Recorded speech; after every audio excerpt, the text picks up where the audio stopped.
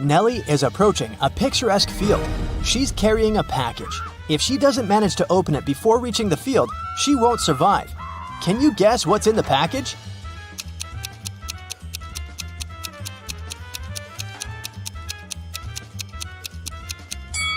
Nellie is skydiving. There's a parachute in her package.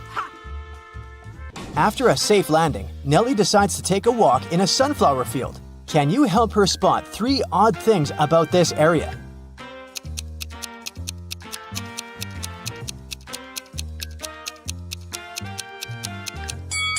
This straw man is winking. This sunflower has teeth, and there are 2 suns in the sky. Nellie walks too far and gets lost in the woods.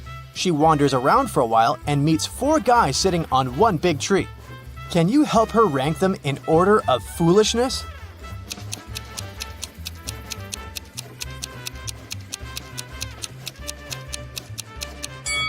The 4th person is cutting the branch where he sits, so he's the silliest. The first person is sitting on the branch that will soon be cut by the second guy. So the first person is the second most foolish. The second person doesn't see that he's about to fall too, so he's the third. And finally, the third guy.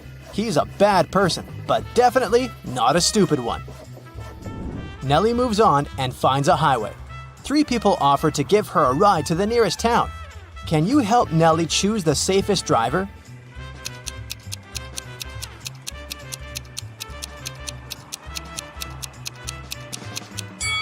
Take a look at this guy's car. Its tires are flat, and there's a puddle of engine oil spilled out of the car. Probably not the safest choice. This beautiful lady and her car are both translucent because they're ghosts. As for this gloomy trucker, he looks pretty reliable. Yeah. Nellie enters a local coffee shop and meets 2 ladies. Both ladies tell her that they are daughters of a famous billionaire. Can you guess who's lying?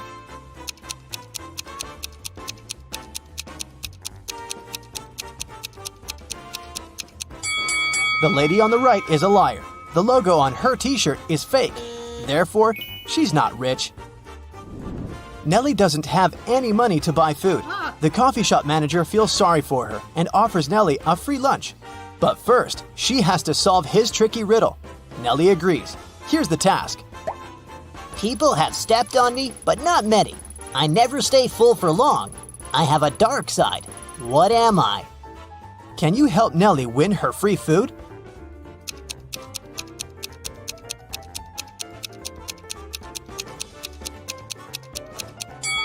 The correct answer is the moon. Nellie is eating and looking through the pictures hanging on the wall. Suddenly, she sees something weird. Can you spot any odd details too?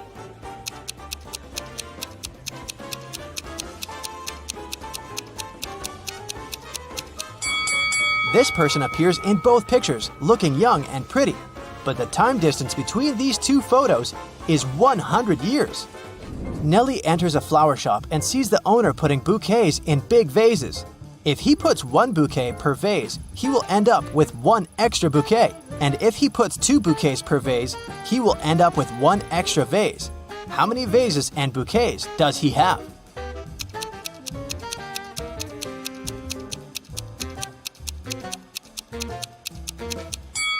He has 3 vases and 4 bouquets.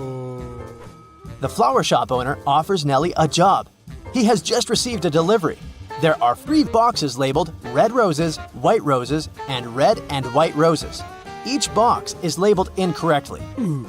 Nellie has just 1 chance to pick up a flower from any box and then label the boxes correctly. Can you help her accomplish this task?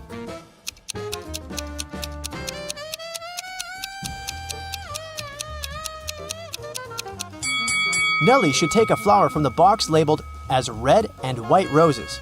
Since they're labeled incorrectly, this box should contain either red roses only or white roses only. Let's suppose that Nellie finds the red roses. Now she can label this box correctly. We know that the white box cannot have white roses. Therefore, now Nellie can label the remaining 2 boxes correctly. After earning some cash, Nellie decides to book a room in the local hotel to get some rest. The manager offers her to choose from 3 empty rooms. Can you help Nellie pick the best option?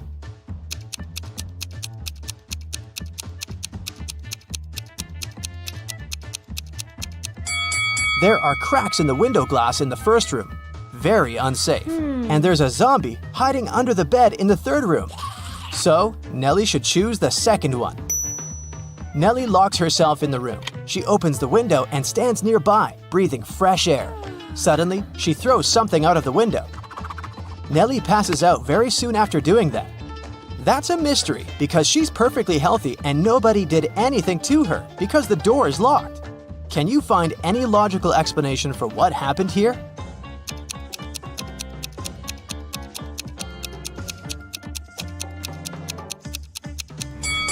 Nellie decided to throw a boomerang out of the window.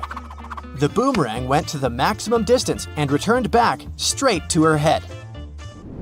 After a while, Nellie wakes up with a headache. She goes to the local shop to buy some aspirin. She spots 3 odd things about this place. Can you see them too?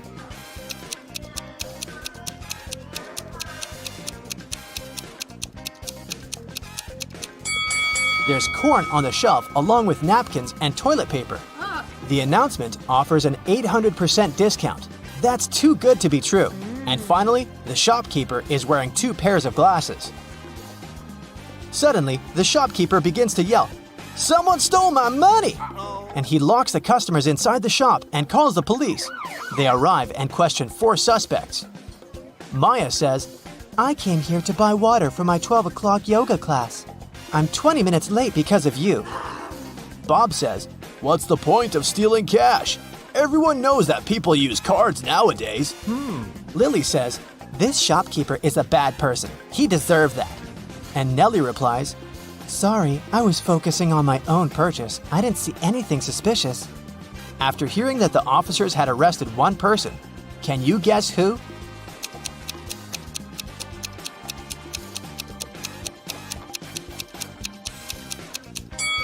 Maya, take a look at the clock on the wall. It's only 10 a.m. She's not late, therefore she's lying. Nellie is walking down the street. She sees a cozy garage sale organized by Miss Green. The fixed price for any item is only $1. Amy buys an old dress. Phil takes this beautiful antique vase, and Vivienne purchases a shabby vintage suitcase. Nellie comes over to Miss Green and says, "Oh, "Madam, you've just sold an expensive thing for a song." what? What does she mean? Can you guess?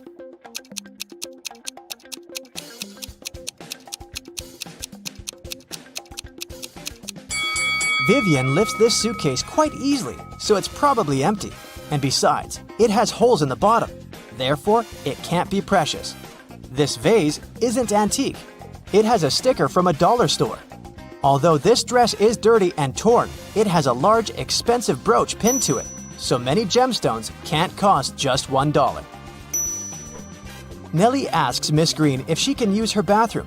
Miss Green says, Sure, it's at the end of the corridor. Nellie is walking down the corridor and confuses the doors. Nellie ends up in this messy kitchen. The door won't open. Can you help Nellie find a key?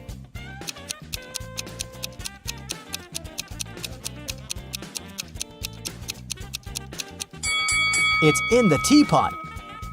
And Miss Green enters the kitchen and tells Nellie, I'm a witch, young lady, and I'm gonna give you a gift if you manage to solve my riddle. Oh, yes. Nellie agrees.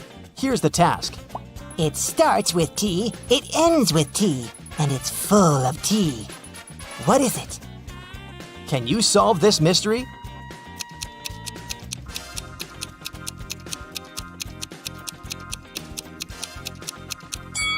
The correct answer is a teapot again. Miss Green brings Nellie to her dusty basement and says, One of these 3 doors leads to a magical world, and the other 2 are fake. You have only one attempt to choose the correct door. Good luck. Oh, yeah. Can you help Nellie out?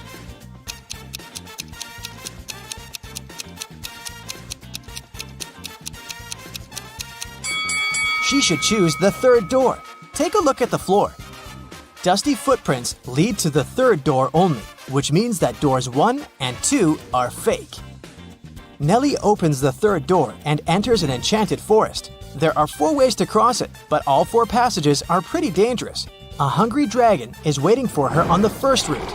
A massive fire is burning all over the second path, and the third path is basically a windowless tunnel. and the fourth passage is full of scorpions and snakes. Can you help Nellie choose the right path?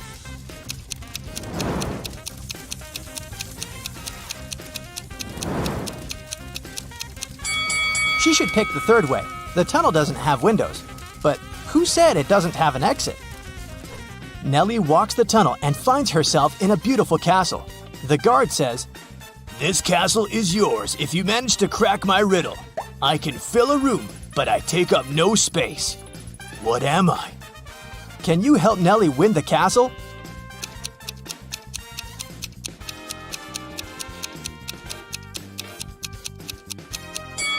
The correct answer is light. Two couples are about to get married. The hall is full of guests. The bride looks stunning in these long white dresses, and the groom seems to be absolutely happy. All of a sudden, one of the guests noticed there's something wrong with one of the couples. Can you guess what?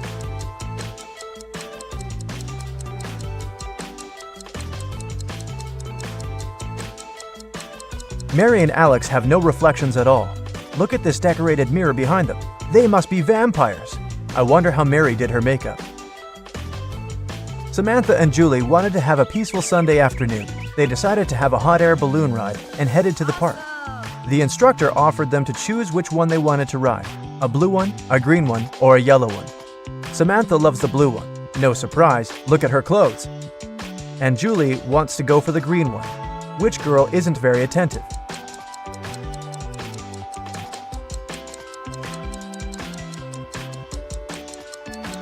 Samantha, the color isn't that important. There are no sandbags. You want to have a safe ride, don't you? In one of the galaxies, there's Planet Pink. There are many people, but few animals. Only hens and roosters live there. They can be of 3 different colors, pink, red, and yellow. Andrew went to that planet to see his friends for the weekend, and while he was walking down the street, he saw 3 bird couples in love. No bird can be with the partner of the same color. Can you guess the color of the partner of the red hen?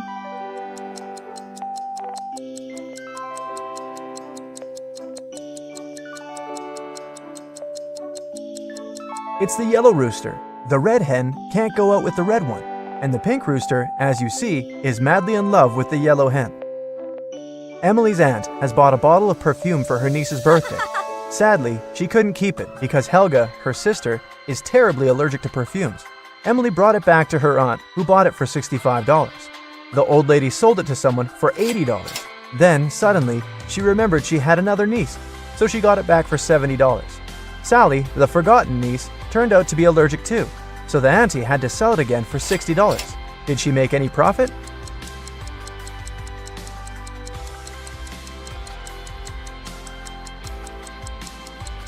Yep, she made $5 and grabbed a large latte for them. A genius invented a watch he thought no one else but him could read. A minute on his watch lasts an hour, and an hour lasts a minute. The watch shows the right time twice a day. Can you read it?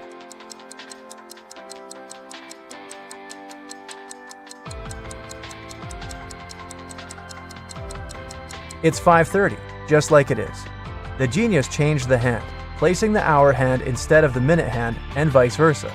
Well, that doesn't seem that genius.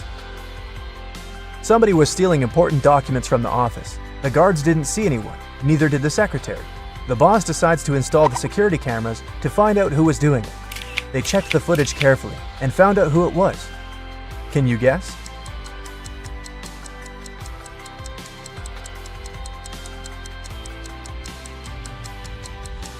It's the man in the white shirt. When he went out of the office, he had 2 folders in his hand. At the beginning of the day, he had only one. Jamie wanted to know if his wife cheated on him. He wasn't sure if she actually went on that business trip in Australia. He asked her to send a selfie, which she did. When he saw the photo, he knew exactly that his wife was lying to him. How did he guess?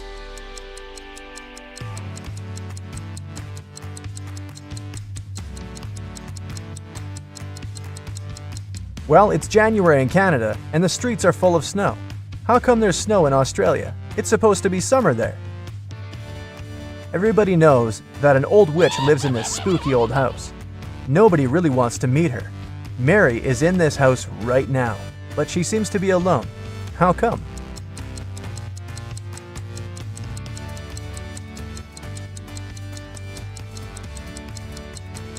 Who said witches can't have the name Mary? Back in the day, she was young and beautiful too. Jack has a small shop that sells socks. One day, he decided to attract more people and launched an advertisement. Socks for free. Many people came there, but all the customers had to pay, even though the socks were free. Why?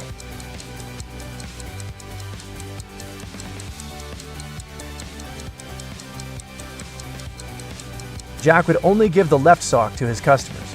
They looked nice and people wanted to buy it. Who needs only one sock after all? A man was driving his car all the way from New York to LA. At the end of the trip, he discovered that one of his car's tires had been punctured from the very beginning. Still, he reached his destination successfully. How is it possible?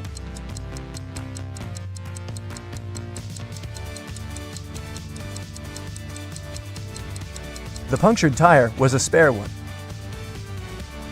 You're trapped in a room that's slowly getting filled with water coming from a faucet in the wall. There's no windows in the room and the door is sealed shut.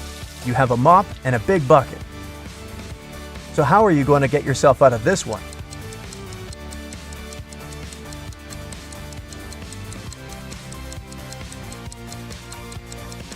Come on, just turn the faucet off. Now it's better. There are 5 girls in the room. Nicole is talking on the phone, Kimberly is reading, Jessica is playing hide and seek, and Melody is tidying up. What's Sarah doing?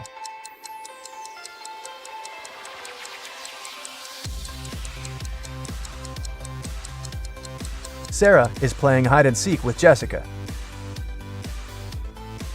5, 6, 7. 5, 6. Which number is missing? A small hint. It's not 7. You have 7 seconds to do the math.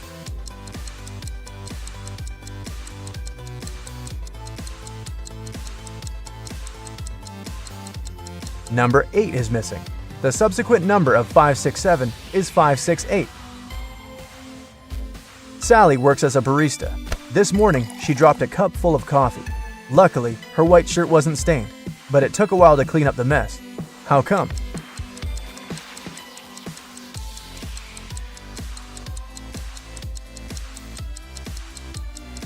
There were coffee beans in the cup. They ended up right under the counter. Imagine you've just entered a pitch-black room. There's an oil lamp, a newspaper, and some kindling wood inside the room. You only have one match. You have to make a tough choice. What to light first?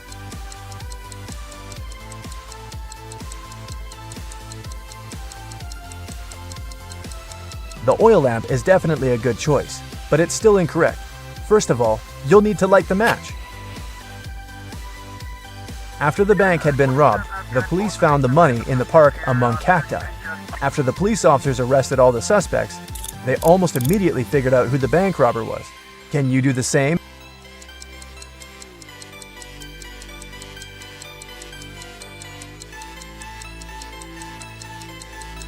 This guy on the left has scratches left by cacti all over his body.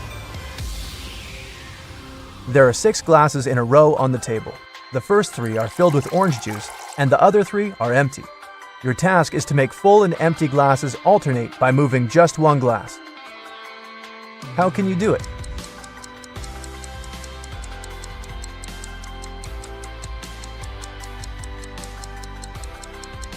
Take the second glass and pour the juice in the 5th glass. Dennis was at home watching TV. All of a sudden, his wife's super expensive vase fell and broke in their bedroom. He ran into the room in time to see a stranger jump out the window and run away. Dennis tried to chase him, but his glasses fogged up because of the cold. That's why he couldn't identify who it was. When the police arrived, they listened to his story and immediately knew he was lying. The man made the story up to not tell his wife he'd broken the vase. How did they know this?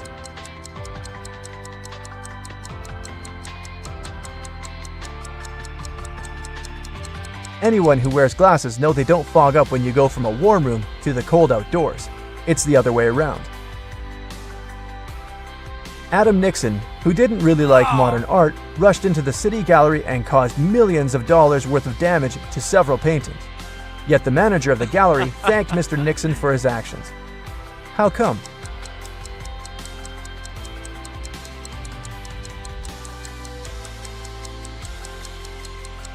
Adam was a firefighter. The water from his hose damaged several masterpieces, but he still managed to extinguish the fire and saved many more exhibits. Jane was on a hike in Africa when she decided to cross a bridge to admire the view. When she was in the middle of the bridge, she heard something moving behind her. She turned and saw a huge hungry lion waiting for her. She turned to the other side. There were giant snakes. The water to her left was filled with hungry piranhas. Where should she go?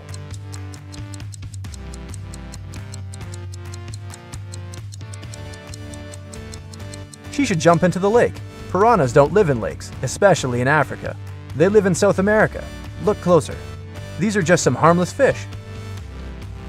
2 fathers and 2 sons found 3 oranges.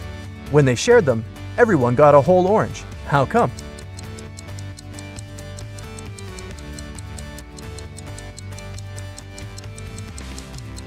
There were 3 people: grandfather, father, and son.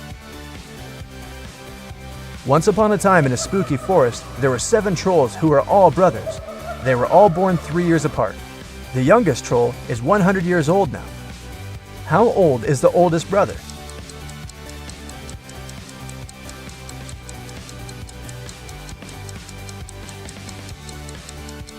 He's 118. Looking good for that age. A man wakes up in a place he's never been before. He rushes to the exit and sees 2 doors. When he opens the first door, he sees that the hall is made of magnifying glass. The scorching hot sun fries anyone who enters in no time. Behind the second door, a huge dragon breathing with fire is sleeping. But anyone who enters this hall risks waking it up immediately. How did he escape safely?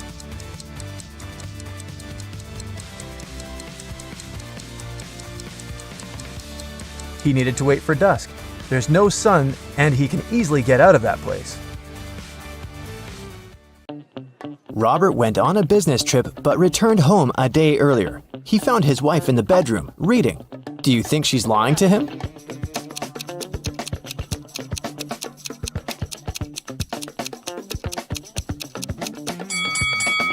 Yes, Robert's wife is overdressed for a reading night. Also, look, there's someone's foot under the bed.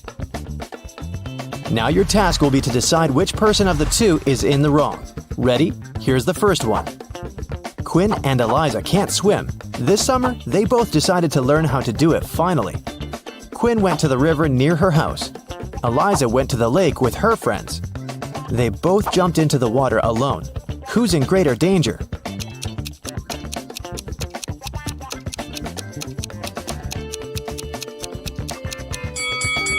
Quinn. If she starts drowning, no one will be able to help her. Also, the water in the river isn't steady, so it's dangerous to learn there. Chloe and Everly went to go to a party their classmates are throwing, but it's a school night, so their parents banned them from going. Chloe decided to go out of her bedroom window, and Everly wanted to sneak out from the back door. Who won't make it to the party tonight?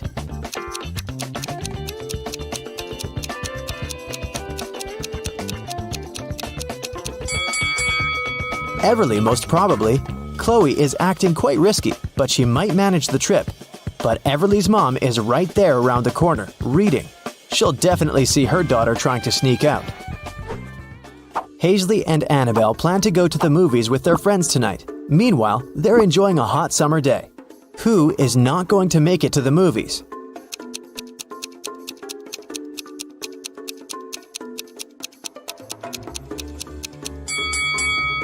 Hazley. She's about to cook the meat that has been standing in the sun for a while. By the evening, she'll probably get food poisoning.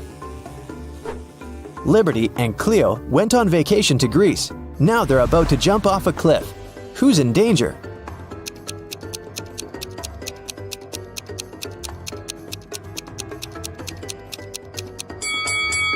Liberty. There are rocks under the cliff she's about to jump from. Nova made her daughter stay at home and study instead of going to a friend's birthday party. Allison's daughter had to spend the entire day in her bedroom instead of going to the movies. Teenagers come down to dinner at 7 o'clock. Which parent didn't notice they were being lied to?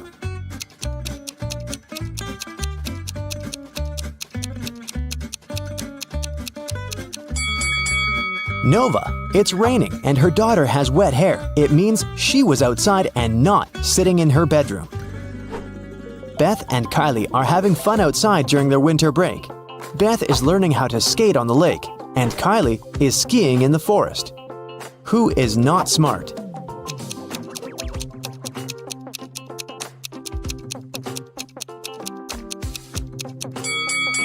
Beth. The ice on the lake is cracking and there's no one around to help her. William and Daniel are driving to work and they're both running very late. Who's doing something really wrong?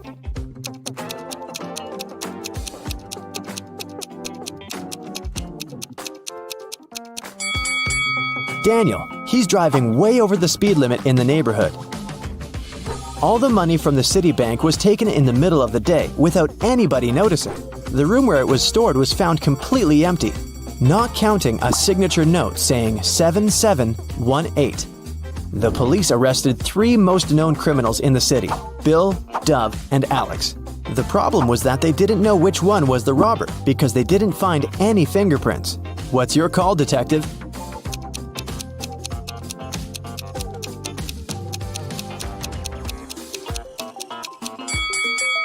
If you turn the paper around, the numbers will turn into a name.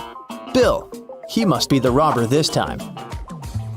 Right before sunset, a peasant boy was caught by the king's palace. The king was very mad and didn't want to let him go just like that. He loved all kinds of riddles, so he gave the boy a chance to escape. He said that the boy could walk out of any of the 3 doors, and if he stayed safe, he'd be free. Behind the first door, there was a huge pot with water that was boiled just in the morning. Behind the second door, there were 3 hungry lions. Behind the third door, there was a raging fire. The boy made his choice and managed to leave. Which door did he walk out of?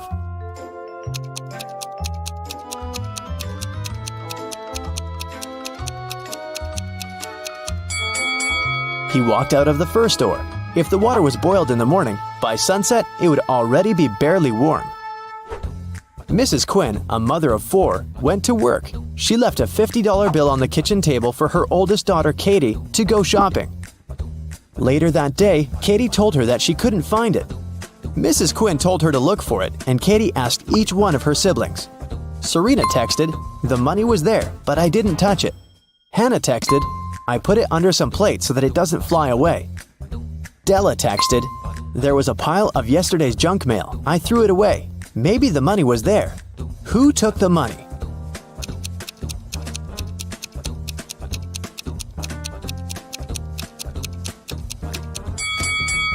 It must have been Della. There was no mail when Mrs. Quinn left the bill on the table, so Della is making things up. Aurora and Autumn were spending their summer in the countryside. They loved to go on long walks and explore the surroundings. One day, they found an abandoned hotel and just walked in. Everything there was crushed, and the glass was shattered. They took some photos and were looking through them at home. One of the photos scared them. Which one and why?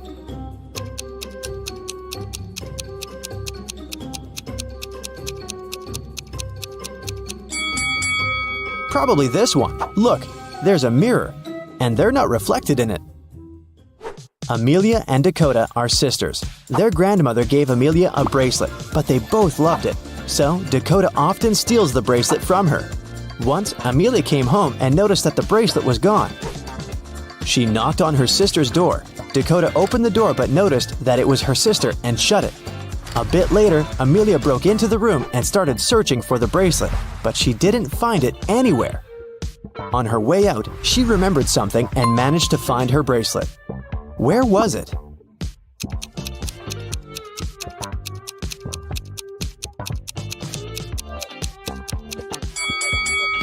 Amelia remembered that when Dakota opened the door, she was wearing a t-shirt. The next time, she was already wearing a long-sleeve shirt. She put on the bracelet and was hiding it under the sleeve. That's why Amelia didn't find it in the room. Spencer woke up in a dungeon. She didn't know what had happened, but there was a door. Spencer tried to open it, but it was shut. There were 3 buttons. On one button, there was a circle. On the second one, there was a triangle. On the third one, there was a rectangle. One button will set her free, and the other 2 will lock the door forever. There was a note saying 1, 5, 7, 11. Which button should she press to get out?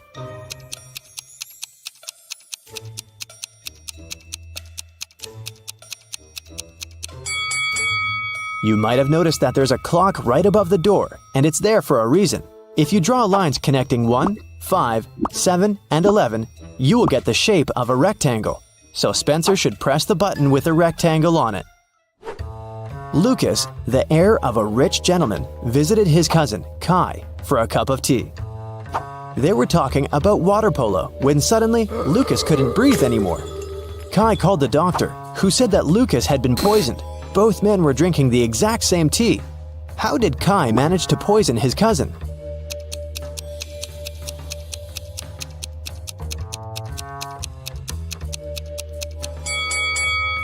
The poison must have been on Lucas's cup. When he touched it with his lips, he probably licked it off. There's a town where it's only allowed to have fun and eat candy. No one ever reads or studies. Mrs. Relham came home after a long and fun day at the club. Her 3 daughters spent a fun day at home. She asked them what they'd been doing. Hannah said that she was watching TV all day long. Elle said that she spent the day in a water park. Ava said that she and her friends had a candy-eating marathon. Still, Mrs. Relham could tell that one of her daughters lied and actually spent all day reading. Who was it?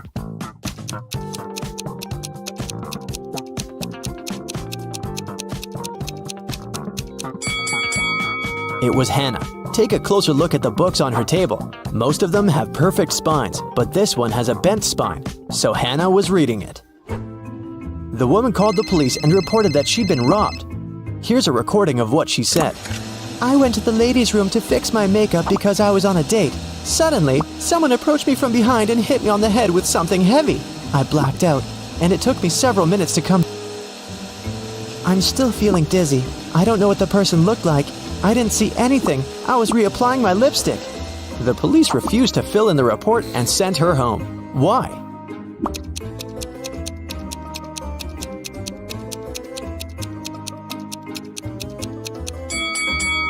If the woman was applying her lipstick, she must have been looking in that huge mirror every bathroom has. No one could have approached her from behind without her noticing it.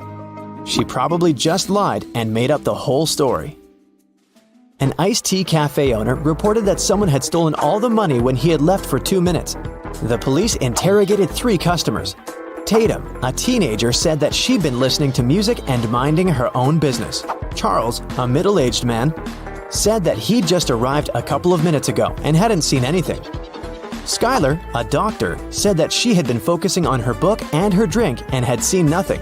Who's guilty?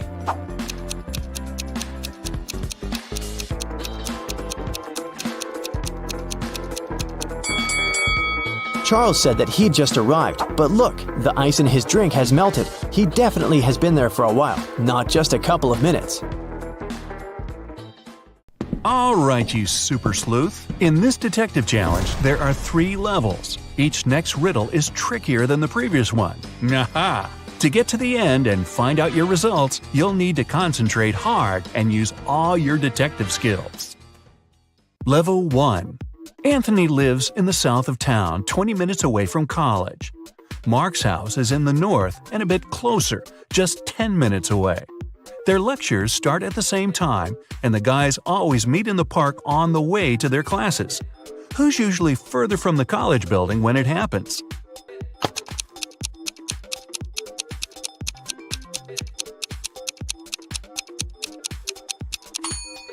The boys meet at the same point. It means they're the same distance away from the college building. Milan airport customs officers noticed that one man traveled abroad at least several times a week. They started to suspect he was a smuggler, but couldn't understand what he smuggled. He always had a suitcase or a bag with him, but there never was anything forbidden or expensive inside. Only several months later, when a new customs officer joined the team, the mystery was solved. What was it the man smuggled?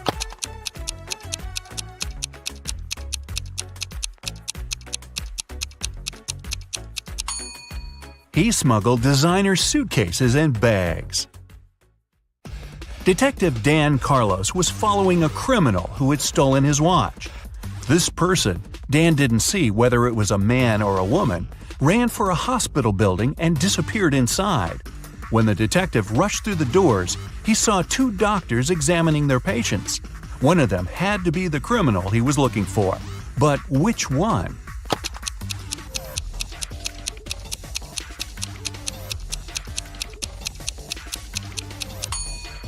It's the woman on the left. Her stethoscope earpieces aren't in her ears. Emily had passed a difficult test with flying colors. But for some inexplicable reason, her professor's sure the girl cheated. After arguing for a while, they come to an agreement.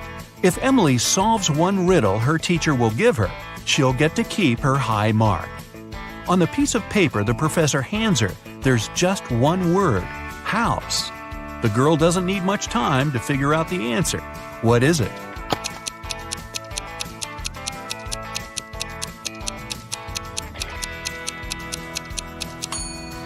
In this case, the color matters. The answer is greenhouse. Little Adam knew his older brother Philip got some money for his birthday. But however hard Adam tried, he couldn't find it. One day, when Philip was away, the boy sneaked into his brother's room. There was no money, but Adam found a map. The older boy had hidden the cash in the garden. Adam followed the instructions to a T. 10 steps to the left, 15 to the right, then 8 straight ahead. It must be here. The boy started to dig. He wasted 2 hours and still found nothing. Did Philip trick his little brother?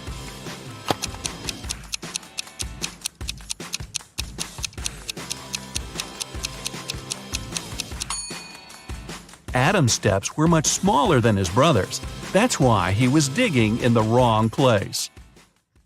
Level 2. It was the middle of a working day, and Helen was in her office. Suddenly, her home security system informed her there was someone inside. The woman called the police. She was sure the intruder had been sent by her competitors. She thought he was after the memory card with the information about her new project. When the police arrived, there was indeed a man in the house. They searched him but found no memory card. He couldn't have swallowed it. Then, where was the card?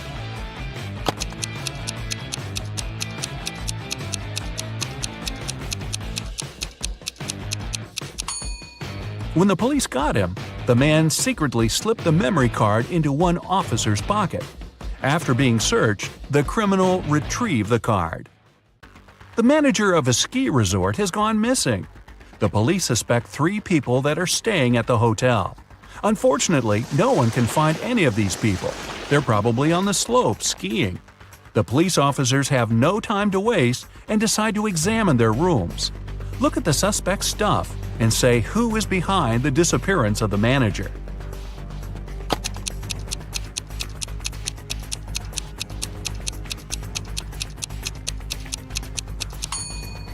It's Joe. He's the only one who doesn't have warm clothes or winter sports gear and equipment. It means he didn't come to the resort to have some fun. Jason, a rich traveler, stayed in a small but expensive hotel at the seaside. During a severe storm with gale-force winds, there was a blackout. The whole area was plunged into darkness. People stayed without electricity for at least 2 hours. The problem was finally solved, but Jason discovered that during the commotion, someone had taken his wallet with tons of cash and all his credit cards. The police arrived and questioned the people who had been in the hotel at that time. Justin, the receptionist, told the detective he had been in the basement. He had been trying to start an emergency generator. Unfortunately, he didn't succeed. Nicole, another guest, said she arrived an hour before the blackout. She was exhausted. She lit several candles, unpacked, cleaned herself, and went to bed. Gregory, the hotel driver, said he had been at the airport. A new guest had arrived, and he went to pick him up. The police immediately figured out who was lying. Can you?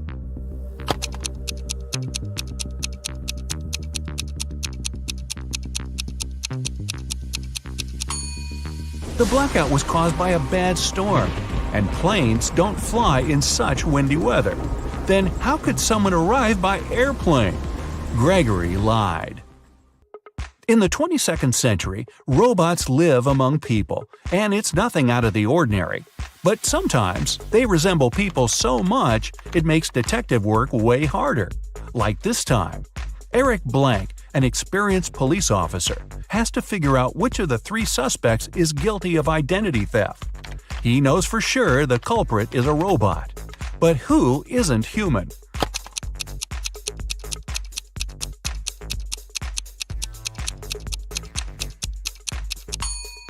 It's the girl in the middle. She has a USB port on the side of her neck. Level 3. Maria had to take part in a very important sports competition. But several days before the event, her boyfriend, Keith, found out the girl had disappeared. The only thing she left behind was a note. "I'm sorry, I had to leave. We'll never see each other again. Please call my sister Jenny. Her phone number is 2121-736362. Confused by the message, Keith went to the police. "I think Maria was taken away against her will and made to write this note. She is an only child in the family and doesn't have a sister." The police started an investigation. They found 3 people who could be behind the disappearance. Cheryl, Maria's competitor, said she had been at her mom's house resting before the competition. Aaron, Cheryl's coach, told the police he'd been spending all his time at the gym. And Kyle, Maria's coach, said he had felt unwell and stayed in bed. Who knows something about Maria's whereabouts?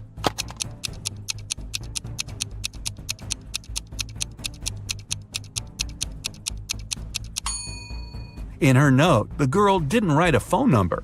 This way, she encoded the criminal's name, Aaron. Boy, who needs a coach like that? Janet had a dream. She wanted to become her professor's assistant. The man was a famous and talented scientist. The man knew she was a smart girl. But before offering her the position, he decided to put her to the test. The professor took her to a house with 2 rooms, completely isolated from each other. In one room, there were 3 switches. In the other room, there were 3 light bulbs. Janet had to stay in the room with the switches. She was allowed to go to the other room only once. She had to understand which switch was connected to each of the bulbs. The girl managed to solve this task. How did she do it?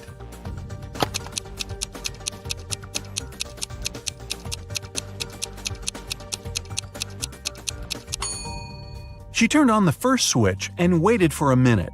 Then she turned it off. After that, she flipped the second switch and went inside the room with the bulbs. One of the bulbs was on. It was the one connected to the second switch. Janet touched the remaining bulbs. The warm one was connected to the first switch, and the cold one was linked to the third switch. Kyle lived on the 6th floor of an apartment building. Once, the man was having his coffee on the balcony. Suddenly, he spotted a woman on the 8th floor of the building opposite his. She opened the window and threw something with a great force. In no more than a minute, Kyle jumped to his feet and ran to call the ambulance. They arrived soon and rushed the woman to a hospital. What did she throw out of the window?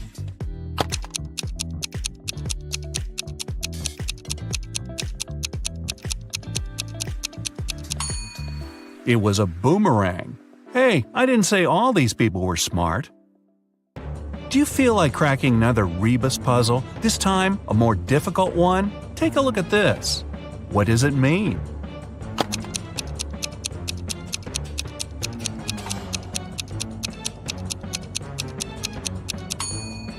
Safety in numbers. If you've managed to get through the first level, you have better logical skills than many other people. Watching more detective movies can make your observation skills sharper. If you've left behind 2 levels, congrats! You must have strong analytical thinking skills. Just pay a bit more attention to details. If you've passed all 3 levels, wow, way to go! Very few people can get to this point. You must be the one people ask for advice in tricky situations, because you can find a solution to any problem. A rich lady booked into one of the best hotels in the city. When she got her key, she noticed that her bags had been stolen. Oh no! The police interrogated 3 main suspects. Mr. Kramer said I'm going to see my friends now. I've spent the day in my room. Mrs. Harrelson said, I wouldn't steal anything. I'm rich. Mr. Scott said, I've been walking my dog and have just returned. I know nothing about it. Who is the criminal?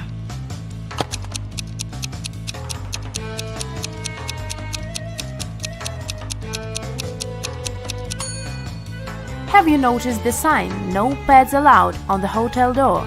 This hotel has a no pets policy, so Mr. Scott couldn't walk his dog. They wouldn't have checked him in with one. Riley is studying abroad and has a boyfriend her family doesn't know about. Her parents don't approve of dating until she graduates. Riley spent the semester break with her boyfriend on his family's farm, but she told her parents that she had been in New York with her friends. When her mother asked for photos, Riley photoshopped herself into one of her friends' photos. When her mom saw the photos, she understood that Riley had lied. How?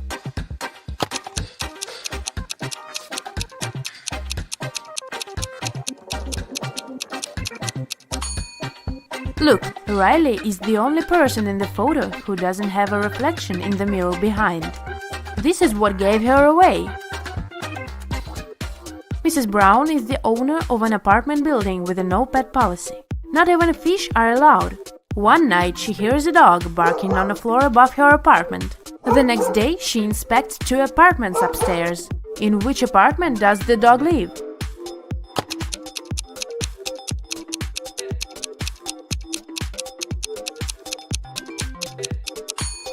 Look, there is a dog leash hanging in this apartment. It must be the one. Even after the tenant with the dog had moved out, Mrs. Brown kept hearing some barking. She thought it was phantom noises, but a week later she decided to check 2 more apartments. Take a close look at them and try to figure out if a dog lives one of them.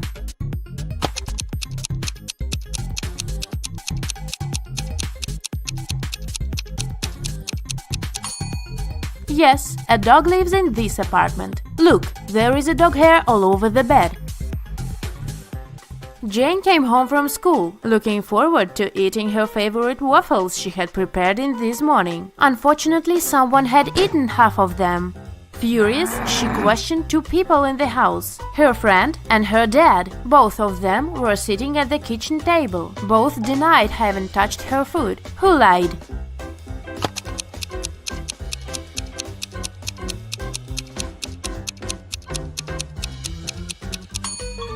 Her father lied. Look, there are waffle crumbs in his mustache. Alice participated in a game show and she won 3 exclusive gifts. A Dolce & Gabbana wallet, a backpack from Dior, and a Tesla. But here is a catch. She is to pick her presents herself by choosing between the original and the replica. Can you help her pick the correct prizes? Here are 2 Dolce & Gabbana wallets. One of them is the original and the other is a replica. Which one should Alice choose?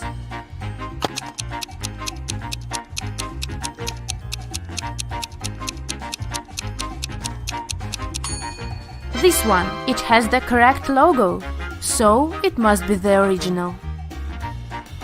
Now look at these seemingly identical backpacks. Only one of them is the original Dior bag.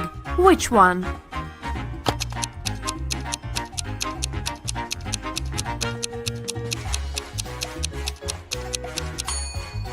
This one. This logo is correct. And finally, the car. Let's see if you remember the Tesla logo.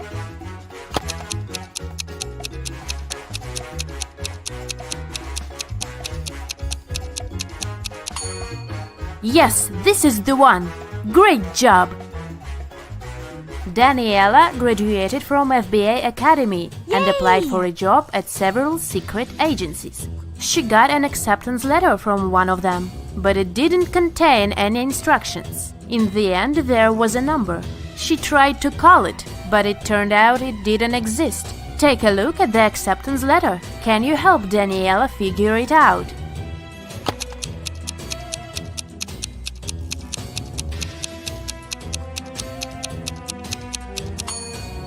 It's a secret message, of course, and figuring it out is one of the tasks. Daniela should pay attention to the highlighted words. Then, from each of them, she should take the letter that corresponds with the number at the bottom of the page. If she does it, she'll see small lake at 11. Daniela got the job, and now she's on her first case. Amelia's cat was stolen, and she asked Daniela to find it. Daniela paid a visit to several neighbors and questioned them. Jake said, "I have 2 dogs. I wouldn't steal a cat." Mike said, "I don't like animals, so I'd never get a pet." And Jessica said, "I'm not even allowed to have pets in this apartment." Who stole Amelia's cat?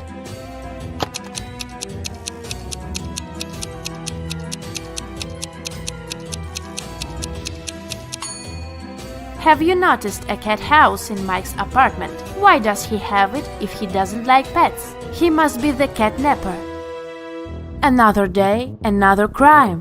Daniela was following a shoplifter who had stolen an expensive purse from a Louis Vuitton store. Suddenly, the criminal entered a hospital and disappeared into the crowd. Daniela went inside. She saw 3 visitors. One of them must be the shoplifter pretending to be a patient. Can you tell who it is?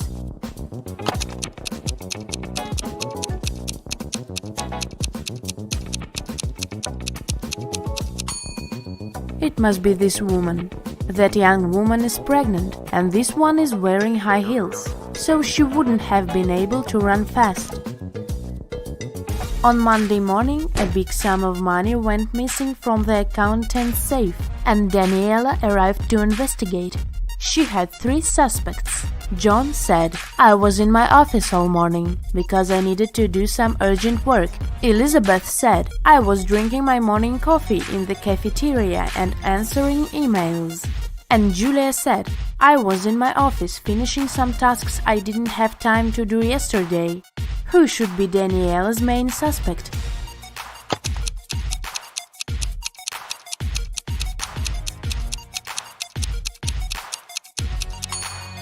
Julia. She mentioned some tasks left from the day before, but it was Sunday. Daniela was spending her Sunday in a theme park when she heard 2 people arguing. It turned out they were arguing over the car keys left in the park's lost and found. Both were claiming them. Take a close look at them and decide who the keys really belong to.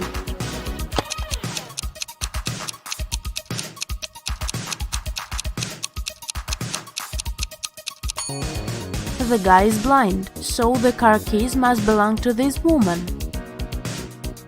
Daniela stayed in the park, and she had to crack some more cases that day. She needs your help, so have a look. Another lost and found item is this iPhone. Who do you think it belongs to?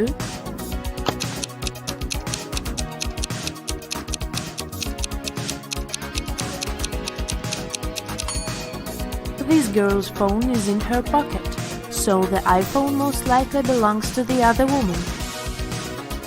And the last item is a Louis Vuitton purse. 2 girls are claiming it, but who is the rightful owner?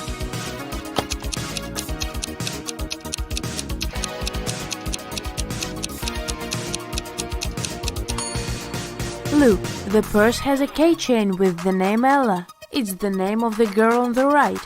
At least that's what her name tag says, so the purse must belong to her. Ned works in a club.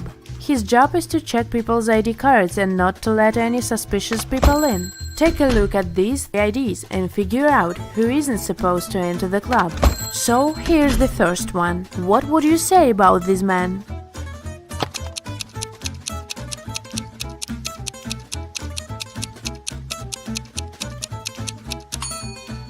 Don't let him in. The man was born on the 3rd of February, but this date doesn't even exist. It must be a fake ID. Okay, here's the next candidate. What's your verdict?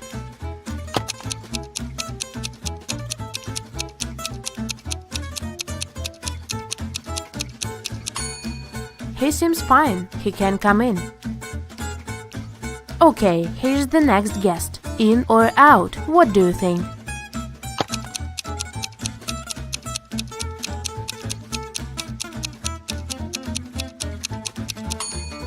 She seems fine for me. Okay, next. Luke, what is your decision regarding this one?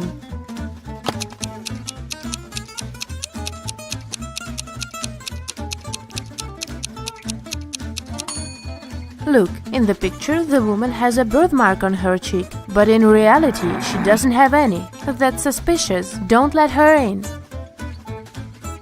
Okay, another one for you.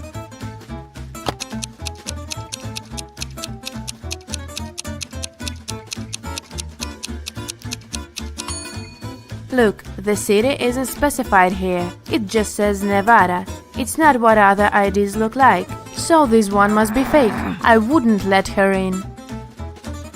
And what about this girl? Would you let her in?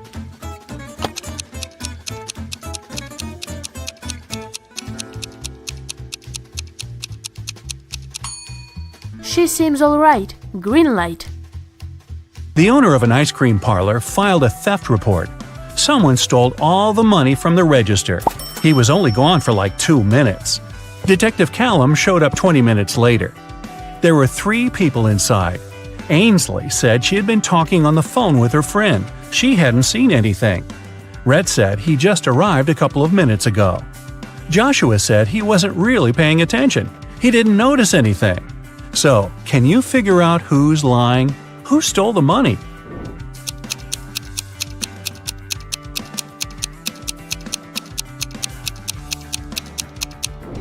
Rhett said he had just arrived, but his ice cream's already melted. Liar. Phoenix wanted to get her dad the best birthday present ever, but she didn't know what he wanted. She decided to break into his laptop to see what he had saved in his online shopping cart. One problem, the laptop required a password, and Phoenix didn't know it. Luckily, there was a note next to it. She sent a picture of it to her friend, Detective Callum. He solved it right away. Can you?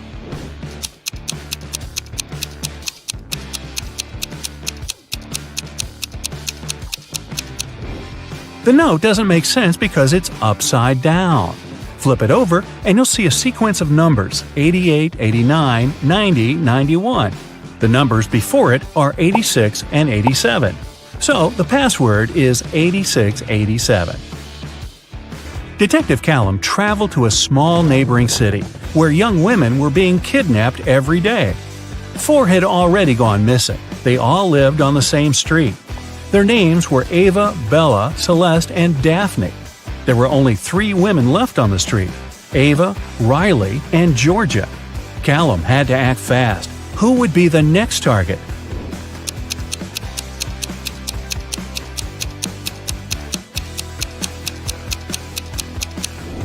The women are getting kidnapped in alphabetical order: A, B, C, D. The next target will be Ava. Mr. Coleman's mansion was robbed while he was on vacation. He immediately called Detective Callum. Everyone who had been to the house got interrogated. Sydney, his sister, said she'd gone to the house a couple of times to find some papers on Mr. Coleman's desk. Samantha, the gardener, said she'd come every week to water the plants. Asher, the cleaner, said he'd come every Friday to clean the house. Callum found all 3 of their fingerprints on Mr. Coleman's desk. He now knew exactly who the robber was. Who?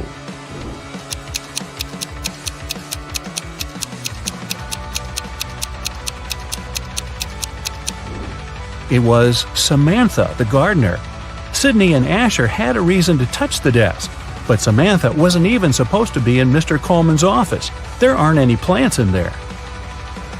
A rich woman was robbed on her private yacht during a ferocious storm. A witness said they saw Kai watching the woman right before she was robbed. Kai denied everything and said he was in his cabin at the time writing a letter to his wife. Detective Callum asked to see the letter. 5 seconds after Kai handed it to him, Detective Callum put him in handcuffs. Why?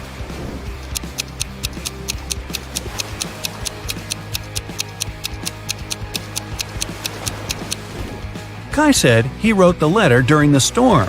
There's no way his writing could be this neat when the entire yacht was swaying around like crazy. Logan, a young businessman, was poisoned in his house. Detective Callum was on the scene. Pretty soon he had 3 suspects. Logan's girlfriend, Michaela. She said she hadn't seen him that day because she was busy at work. Next, there was his business partner, Rob. Rob said they'd had an argument and they both got pretty angry, but he hadn't poisoned Logan. The last suspect was Blair, the driver. She said she wouldn't know how to poison someone even if she wanted to. Who should Detective Callum arrest?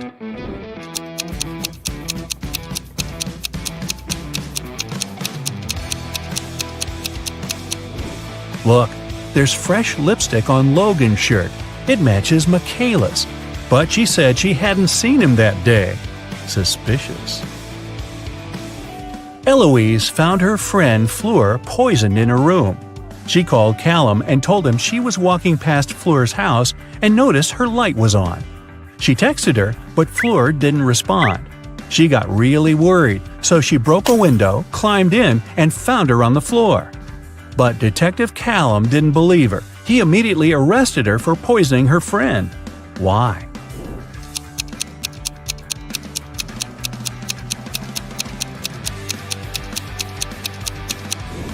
Eloise said she broke a window to get in.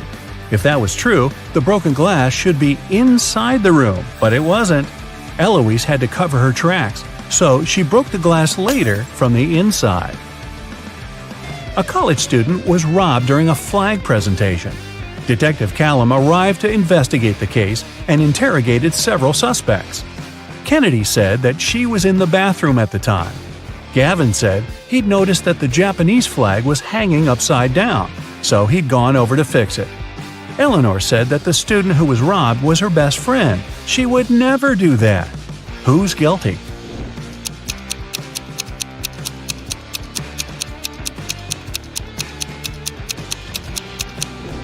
It's Gavin. He said that the Japanese flag was hanging upside down, but that flag looks the same either way. He's lying. Thirsty on an island. Simon was shipwrecked and washed up on the shore of a deserted island. He's thirsty, and the only thing he has is a plastic bag and a straw. After looking around, he sees a juicy cactus, a tall leafy tree, a dirty pond, a pool of mud. How can he use the plastic bag to get water?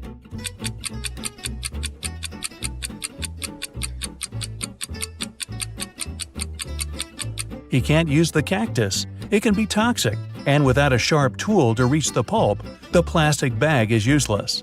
The dirty pond and muddy pool are filled with bacteria and parasites, and without tools to start a fire and boil the water, he could get sick. The best bet is the tall, leafy tree.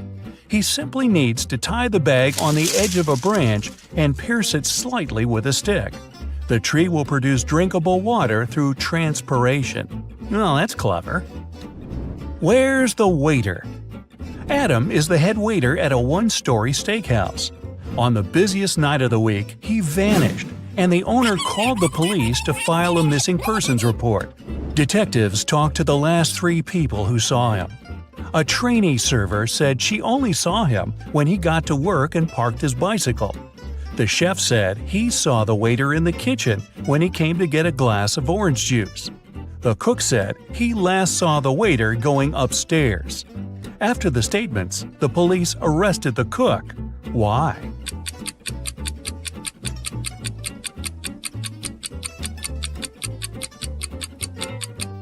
This was a one-story restaurant. He couldn't have gone upstairs.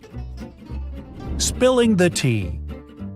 Susie went to study for her university exam at a coffee shop. She ordered a white tea and sat down. 10 minutes later, she got up to go to the bathroom. When she returned, her laptop wouldn't turn on and her teacup was empty. Someone had spilled the tea on her computer and cleaned it up. She called the manager, told him what happened, and they came up with 3 suspects. The barista said he had been swamped and didn't see anything.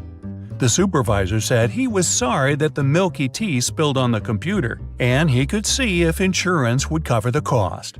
The head barista said he was sorry the milky tea spilled on her laptop, and he'd make her another one while they waited for the police to arrive.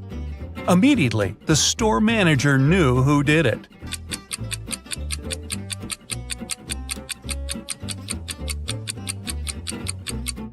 It was the supervisor. He couldn't have known that the tea had milk in it since it was cleaned up. The only person who remembered the order was the one who prepared it. The missing phone. We're at the coffee shop again. This time, Stuart forgot his phone on the table when he left. But once he realized and came back, his phone was gone. He saw a guy running outside the store, and Stuart chased him.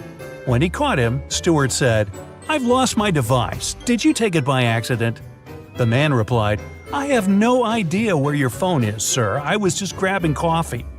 Stuart immediately called the police. Why?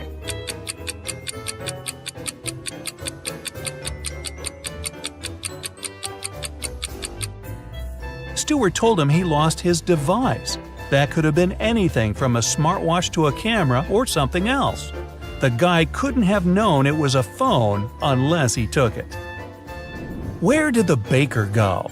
The Cupcakes Den is a local shop that became famous for its tasty, well, you guessed it, cupcakes. On Monday morning, the head baker vanished, and the shop couldn't deliver the 200 cupcakes they had promised for a birthday party. The owner called the police, and they had 3 suspects in their custody. The helper said he had gone out to buy more frosting, but when he returned, the baker was gone. The waiter said he had been cleaning the shop of the massive mess from making the 200 cupcakes. The manager said he was meeting with a new supplier to get more beef jerky at the shop. The detectives knew who was lying. Can you guess it?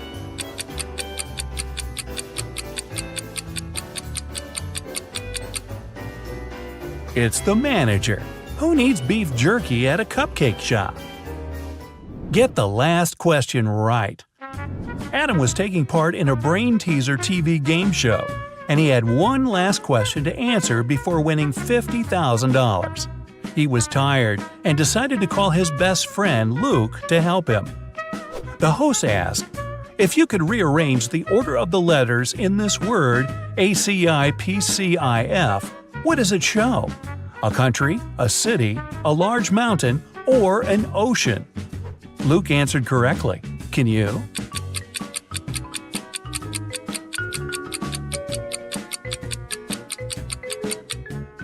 An ocean. If you unscramble the word, it shows Pacific. Where's he hiding? Martin vanished one morning and his family called the police. Detectives searched everywhere and questioned 15 people, but none of them gave any untruthful answers. His son Jake found a letter from his dad saying, "If you love me, you'll find me." He went to his father's office to see if he could find any clues. He was looking around the room and immediately knew where his father was hiding. Can you guess it?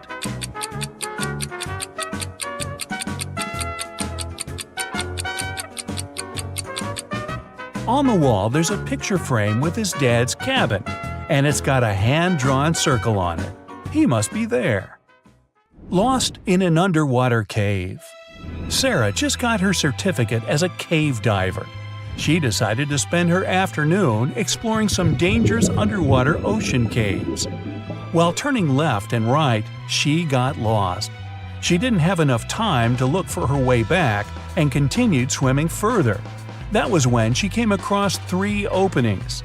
Through the first, there were 45 hungry piranhas. Through the second, a great white shark.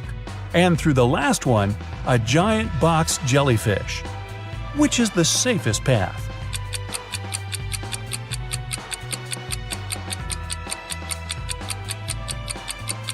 The first one. Piranhas are freshwater fish. They can't survive in salt water. The van. Susan was outside watering her plants when she noticed 3 people dressed in black clothing carrying electronic devices from her neighbor's home. She asked them what they were doing, and they said they were from a moving company. Immediately, Susan called the police. Why?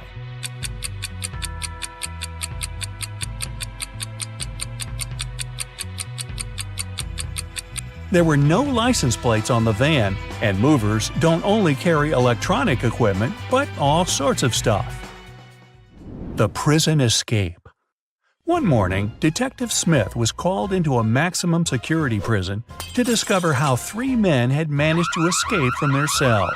The prisoners could neither see nor talk to each other, but they arranged their escape together. They went to the shower room at breakfast, lunch, and dinner, and only one person was allowed in at different periods. How did they manage to communicate and escape?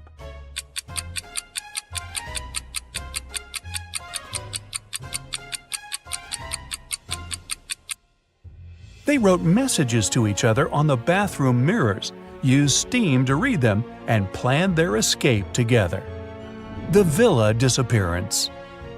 It was a cold, rainy weekend. Michael, Susie, Amara, and Luke were spending Saturday and Sunday together playing board games. On Saturday morning, when they woke up, Amara was missing.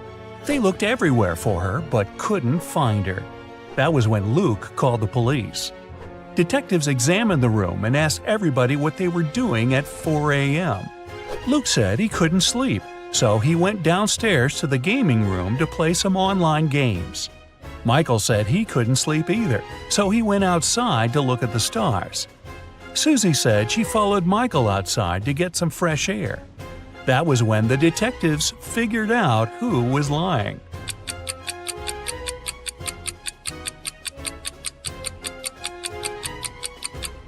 Michael and Susie. It was a rainy weekend, remember? The cursed photo. Alan was on his final stretch to becoming a detective. He passed a bunch of assessments until he reached the last one. This was where his attention to detail skills would be tested. The chief of police handed Alan a photo. He told him, "This is Michael. He's having a birthday party. But something in this photo is very eerie." Alan spotted it in 2 seconds. Can you?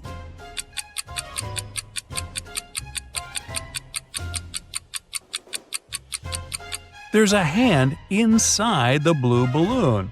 Well, how did it get there? The right amount of water.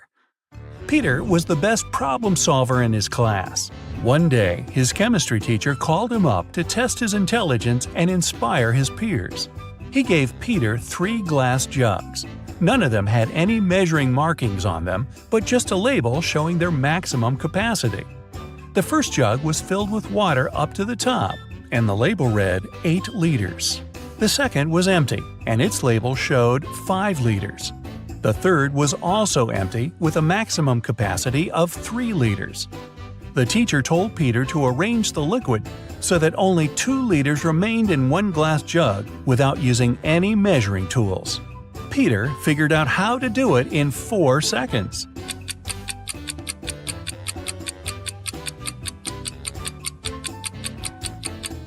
First, he needs to fill the 5-liter jug all the way to the top. Then he needs to pour the water from the 5-liter jug into the 3-liter jar until it's full. What remains in the 5-liter jug is 2 liters. The treasure coin. An archaeologist spent the past year looking for a lost ancient treasure. As he was digging, he found one ancient gold coin. He took it to his museum. When his colleagues carefully cleaned the coin and took a closer look, they refused to accept it. Why?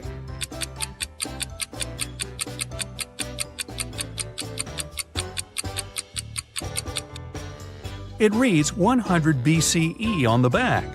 Ancient people didn't know they lived in that era. Or did they? No, they didn't. You wake up in a room with no windows or doors. The ceiling is extremely high, and the only way out is a closed hatch at the very top.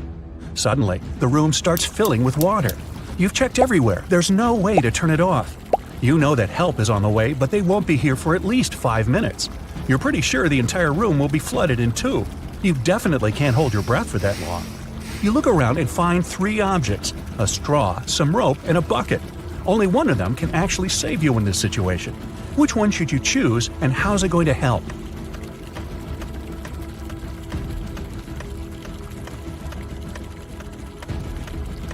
You should take the bucket. Flip it over and put your head inside when the water gets to head height. You'll have your very own small air pocket to help you breathe until help arrives.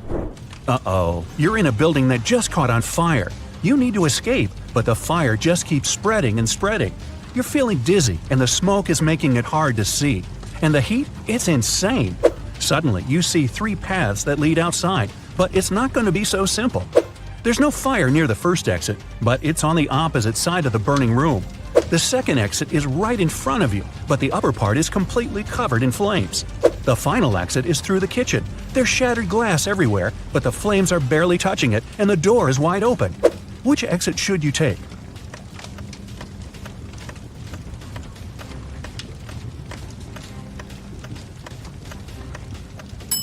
Even though the first exit isn't on fire, an indoor blaze is totally unpredictable. Flames can pop up out of nowhere. Going through a kitchen is never a good idea in a fire. There might be exposed gas lines in there.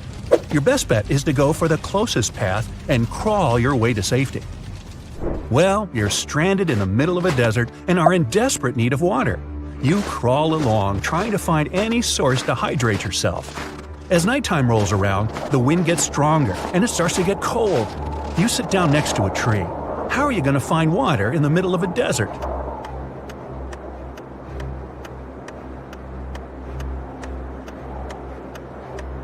Grab 2 of the largest tree branches you can find, and then rip your outer shirt and stretch it out over them, kind of like a sail. Shove the 2 branches into the sand to anchor them. The water in the atmosphere will get caught on the cloth and drip down for you to collect. Well, you're tied up on some railroad tracks and can't wriggle free. There's a train heading your way, and it doesn't look like it's stopping.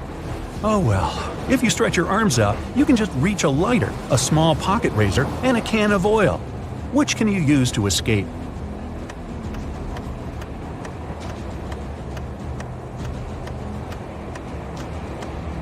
Pour the oil on the ropes holding you down.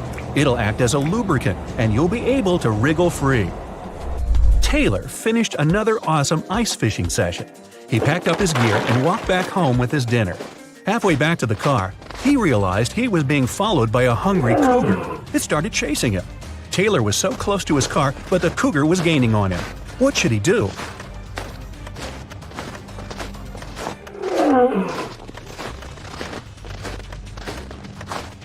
He should fling the fish to the side to distract the cougar. Then he should ditch all his gear. It's just slowing him down. That way, he's got a chance of making it to the car before he turns into cougar chow. Well, you find yourself in a pitch-black room. The room is huge and there are many hallways and corridors leading to unknown places. You need to find your way out before the room starts heating up like an oven. You only have 2 minutes. You can feel some pipes on the wall but nothing else. How can you save yourself?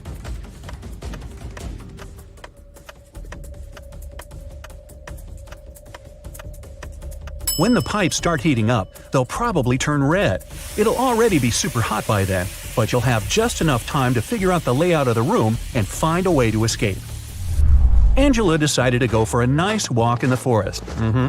About an hour in, she tripped and spilled all her water. No problem. Right in front of her was a tiny lake, and close by a small stream and a cactus. Which one should you use to get herself a refreshing drink of water?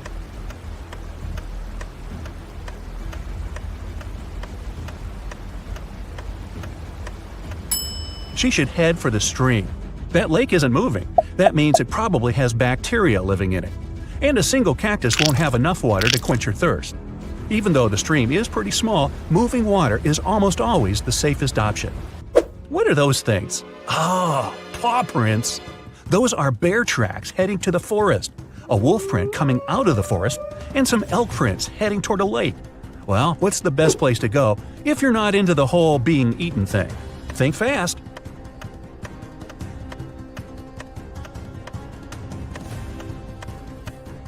The bear going into the forest probably scared that large dog off. Oh, you thought those were wolf prints? Not likely. Wolves mostly travel in packs. The bear is most likely chasing the elk, so they'll both end up at the lake.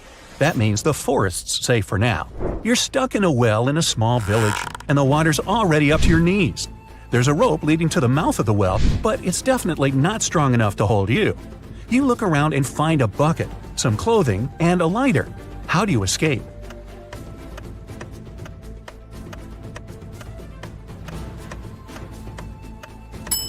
Shove the clothes in the bucket, tie the bucket to the rope, and light the clothes on fire. Then quickly hoist the bucket up. Chances are, in such a small village, someone will see the smoke and run over to help you. Kate finished her morning hike and decided it was time to go home. She saw a vintage Jeep parked by the hiking path. While she was admiring it, a huge grizzly appeared in front of her. The bear didn't seem that interested in her, for now, but that could change any second. There was a large screwdriver on the floor by the Jeep. What can she do to make sure the bear won't be interested in her?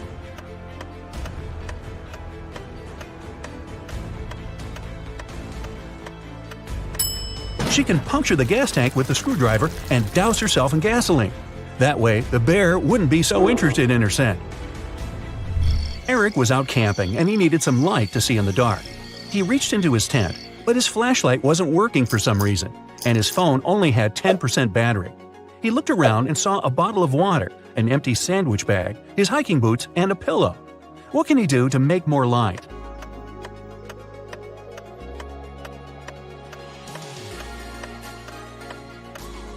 He can take his phone and put it right next to the water bottle. The water inside the bottle will diffuse the light, making it much brighter. Adrian and Jack went rock climbing all day, then realized it was time to head home. After a long walk through the woods trying to get to their car, they realized they were totally lost.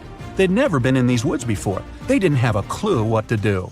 What's worse, Jack collapsed from exhaustion and couldn't take another step.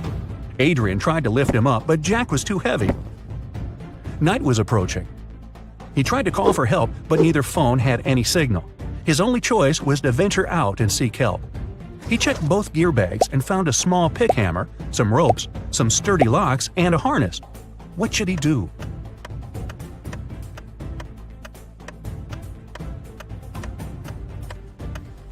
Adrian should put on the harness and tie all the ropes together to make one huge long one. Then he should tie one end to Jack and one end to his harness.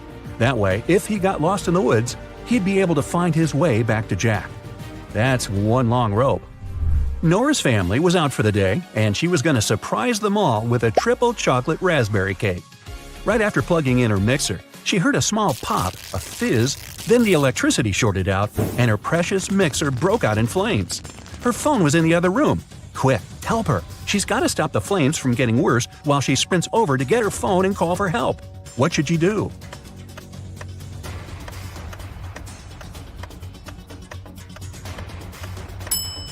She could take some flour and dump it all over the mixer. It'll tame the fire and buy her enough time to call for help. Roy went out for a small walk in the forest right behind his house. He was having a great time, chucking stones at trees and thump. He launched the stone right into a beehive. A swarm of bees flew out and started chasing him. His house was pretty far away by this point, and there were tons of bushes and shrubs in his way. There was a huge open field in front of him with a deep lake in the middle. Where should he go to escape the angry bees?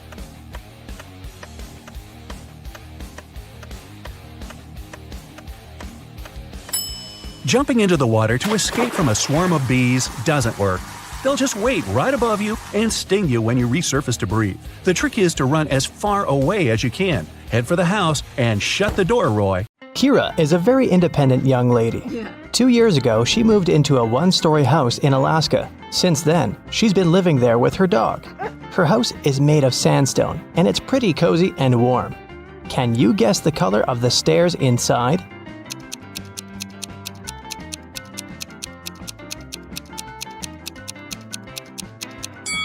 There are no stairs in a one-story building.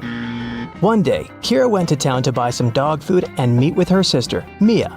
They went for a walk and stopped in front of these two houses. In each house, a family with 2 pets with dogs or cats lived there. Kira told Mia 2 facts about those houses. On the left, the family has a dog that likes dry food, but the other pet loves canned food. And the family in the house on the right has a 7-year-old dog and a newborn pet. Mia asked Kira, "Do both families have a cat?" Kira replied, "I'm not sure, but if you manage to guess the house with the cat, I'll give you $100. Can you guess which family is more likely to have a cat?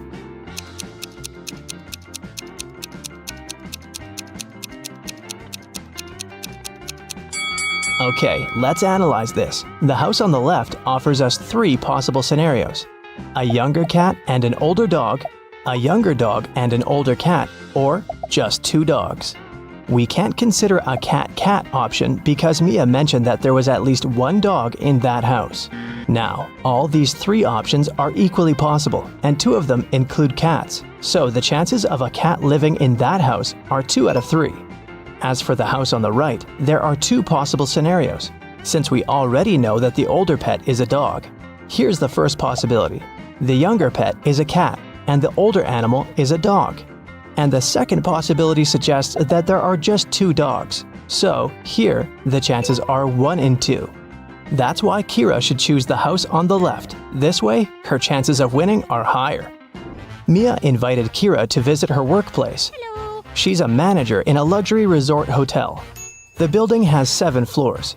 5 people are now staying in the rooms on the first floor, and on each next floor, there are 3 people more than on the previous floor. Can you figure out which floor the elevator is called most often?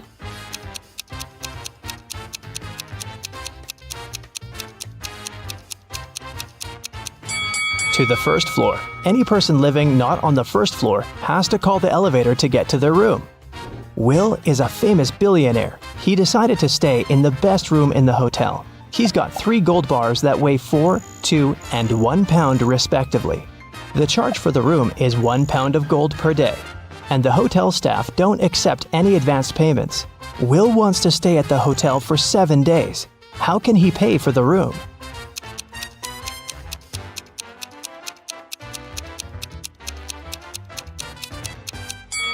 Here's the scheme. On the first day, Will should give them his 1 pound bar. On the second day, he should give the 2 pound bar and take his 1 pound gold bar back. On the third day, Will should pay with the 1 pound bar again. And on the fourth day, the guy should give the 4 pound bar and take both the 1 and 2 pound gold bars back. On the 5th day, he can pay with the 1 pound bar. On the 6th day, he can give them the 2 pound bar and take the 1 pound bar back. And finally, on the 7th day, Will should pay with his last 1 pound gold bar. Will offered Mia a deal. If you crack my riddle, I'm going to give you the biggest diamond from my collection.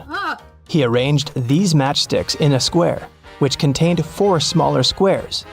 Can you remove only 2 matches so that there's only 2 squares instead of the 5? Mia nailed it right away. What about you?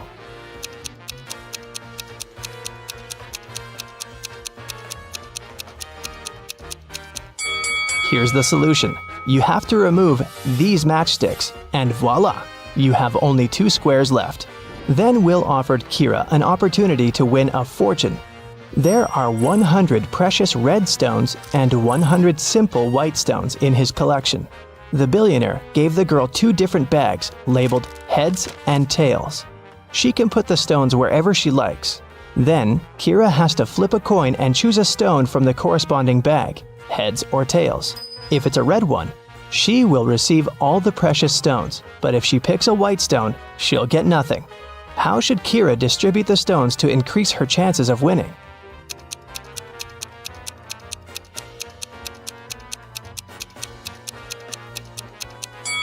If she puts just 1 red stone in one bag and all the other stones in another, her chances of winning will be 3 and 4.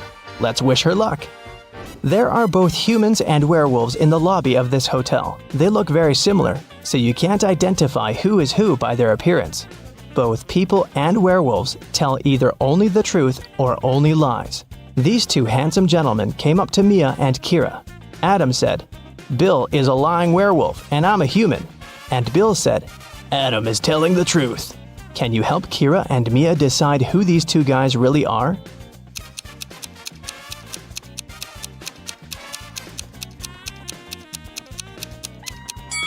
We know that they cannot tell half-truths. So, Adam's statement is only true if both parts of it are true.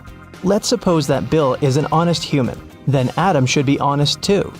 But Adam called Bill a liar, which creates a conflict. It means that Bill's statement cannot be true. So Bill is a liar. And knowing that, we can conclude that Adam is a liar too. But what about their nature? Are they humans or werewolves? Adam's first statement is a lie, which means that Bill is not a werewolf. Therefore, Bill is a lying human. And the second part of Adam's statement means that he's a lying werewolf. Adam and Bill invited Kira and Mia for dinner. When they asked the ladies about their parents, Kira replied, "We have the same father and mother, and we were both born on the same day." Adam asked, "Are you twins?" Mia replied, "Nope, no we're not. How can this be possible? Have you guessed?"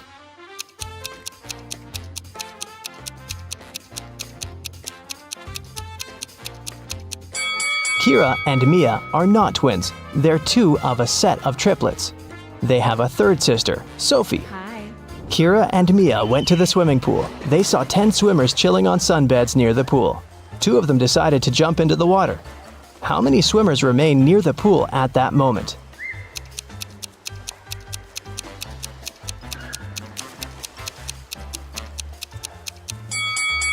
The 2 swimmers might have decided to get into the water, but it doesn't mean they've done it. Kira entered a very small dressing room. There were 4 cats sitting in 4 corners. There were 3 cats across from each cat, and at each cat's tail, there was 1 more cat. Can you tell how many cats there were in the room?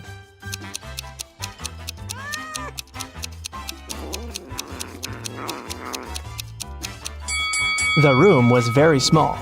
Each cat was sitting near the tail of the cat from the neighboring corner. In the ladies' room, Mia met this weird woman standing in front of the mirror and applying some lipstick on her forehead. Can you guess what's going on?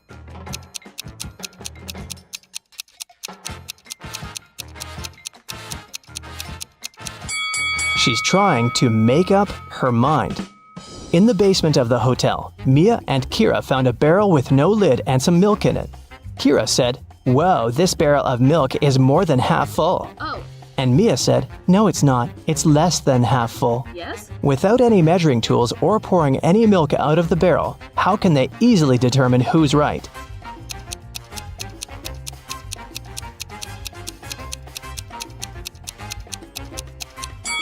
They should tilt the barrel until the milk touches its lip. If the bottom of the barrel is visible, it's less than half full. And if the bottom is still completely covered with the milk, then it's more than half full.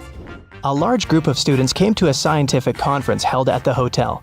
280 students study chemistry, 254 students study physics, and 280 students study biology. At the same time, 97 students study both chemistry and physics, and 138 students study both physics and biology. And 152 students study chemistry and biology. Also, there are 73 students who study all 3 subjects. Can you figure out the total number of students at the conference?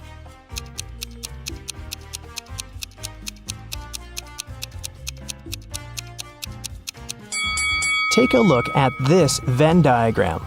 Now, it's obvious that the total number of students is 500. Mia gave Kira 3 shoe boxes labeled red, blue, and red and blue. She said, "I labeled the boxes incorrectly. You can only open 1 box of your choice and then label the boxes correctly. If you do it, I'll give you all these shoes." Can you help Kira label the boxes?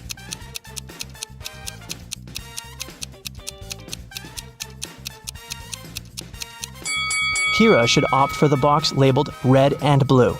Since the boxes are labeled incorrectly, this box will contain either red shoes or blue shoes. Let's suppose that Kira found red shoes inside the box. Now she can remove the red label from the wrong box and put it on the correct one. Meanwhile, the box labeled blue cannot have blue shoes inside.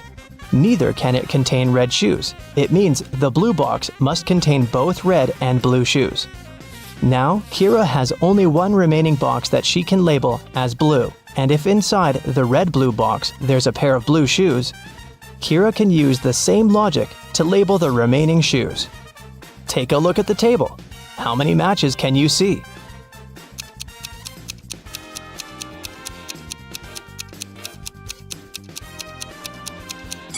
8. Here they are. Molly, Holly, and Sally are going to the prom in a fancy limousine, but the car breaks down on the way. The party hall is nearby, so the ladies decide to walk.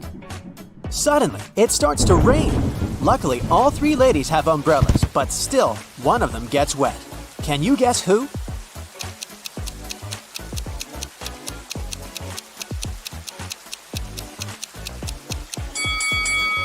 Polly. Her skirt is wider than the diameter of her umbrella. Finally, the ladies arrive at the prom. All of their friends look very elegant and fancy. Leah is wearing very expensive designer shoes. Bella carries a Chanel bag. Alice is taking selfies with the latest smartphone. And Kim is showing off a sparkling diamond necklace.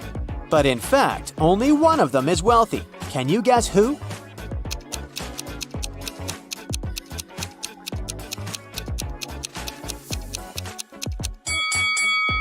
Take a closer look at the logo. Bella's Chanel bag is fake. Leah's shoes are way bigger than her feet, so she probably borrowed them from someone else. As for Alice, the smartphone in her hand is not hers. It has Kim's name on it, so Kim is the richest person here. Kim goes to the dance floor. Bobby, Billy, and Kenny invite her to dance, but one of these guys was bitten by a vampire, so he's not safe to dance with. Can you guess who?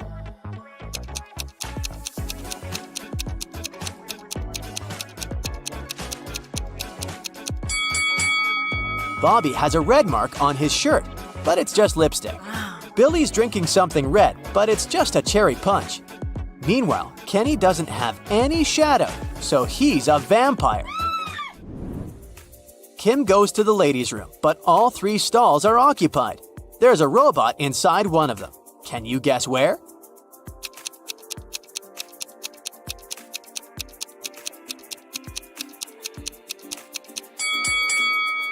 Let's take a look at the first lady's feet. Ouch! She's rubbed multiple corns with her fancy sandals. She can't be a robot. As for the third lady, her pedicure is too messy for a robot. Therefore, the robot is in the second stall. Bella asks Kim to take her picture. Kim takes a couple of shots. Can you find 3 differences between them?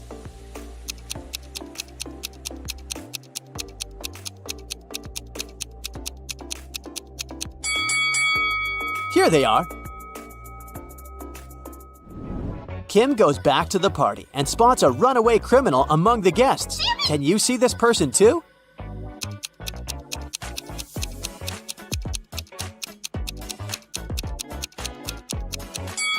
It's the show host. He's hiding a prison robe under his suit. At the party, Bella gets bitten by a vampire too. Oh, God. Kim takes her to the hospital. They meet 2 doctors in the lobby. One of them is an imposter. Can you guess who?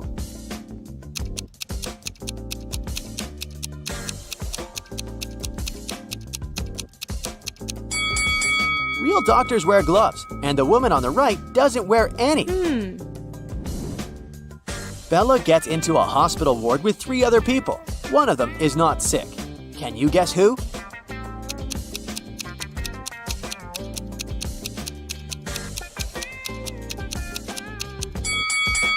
The woman on the left looks perfectly healthy. She has her lipstick on and a glamorous hairstyle.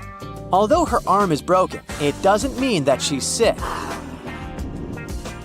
Kim comes home from a long day. She's very excited to treat herself with a bubble bath. She's been dreaming about it all day.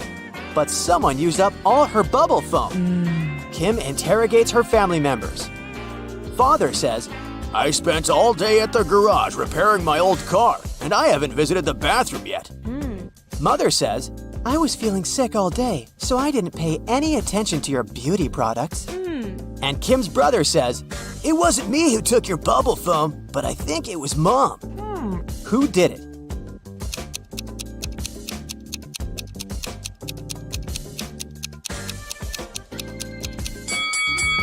Take a closer look at Dad's beard. There's pieces of foam on it.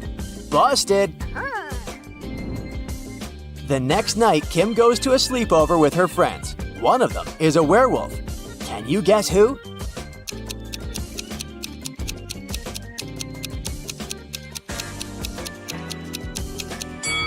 This guy is a werewolf. Take a look at his claws. Oh no. Kim puts some cash in a stash in her room and leaves for Granny's house. In a couple of days, Kim returns and realizes that someone had stolen her money. How did she guess?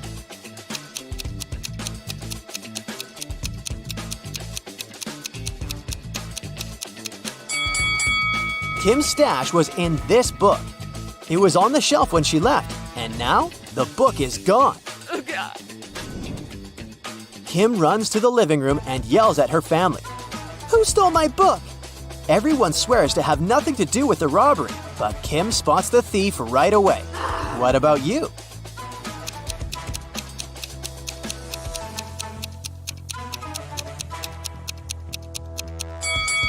It's the brother.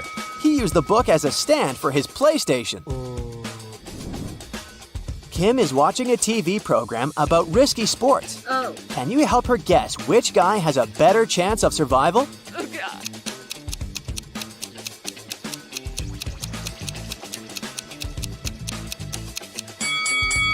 The one who's falling into the snow has a higher chance to survive. Hitting the water can be tough, and he still needs to get out of the ocean. Kim's dad wants to buy a boat. His agent arranges a meeting with 3 people. Each tells a brief story about their boats. Karen says, "My husband gave me this boat 5 years ago as a wedding gift. That's why it has my name. But now I want to sell it because we don't use it." Charles says, "I inherited this boat from my father. It works very well, but I don't need it because I'm moving abroad." And Liam says, "I built this boat on my own, but now I'm building a bigger one, so I'd like to sell it to get some cash." One of the sellers is lying. Can you spot who?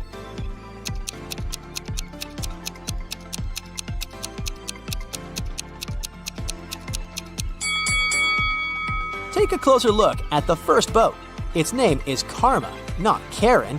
Therefore, she's a liar. Oh. Kim goes to the nearby hardware store to buy something for her home. Kim asks, "How much for the one?" The shopkeeper replies, "It's $2. Then Kim asks, "How much for 11?" The shopkeeper replies, "It's $4. And finally, Kim asks, "How much for 100?" And the shopkeeper replies, $6. What is Kim buying?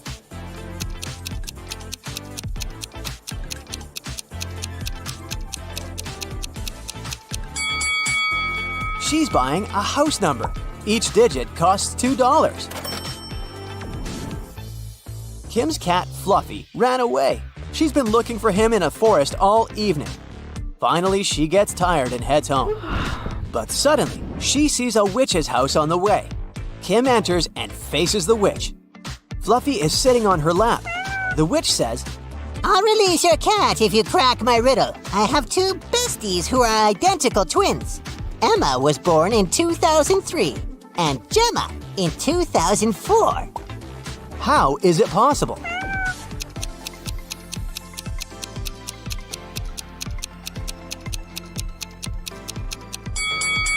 They're twins, but they were born on New Year's Eve. Emma was born right before midnight and Gemma right after midnight. The next day, Kim meets a handsome guy who likes puzzles. She asks his name, but instead of answering directly, the guy writes a date on a piece of paper. Can you help Kim figure out his name?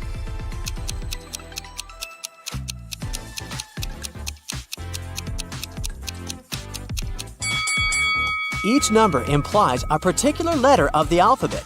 The guy's name is Theo. Theo invites Kim to an art exhibition. Take a look at these squares. Which one is bigger, yellow or green?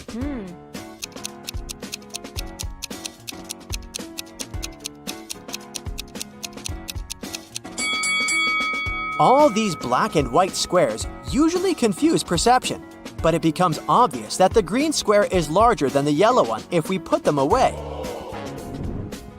Kim asks Theo, "What month were you born?" He replies with 4 emojis. Can you guess the month?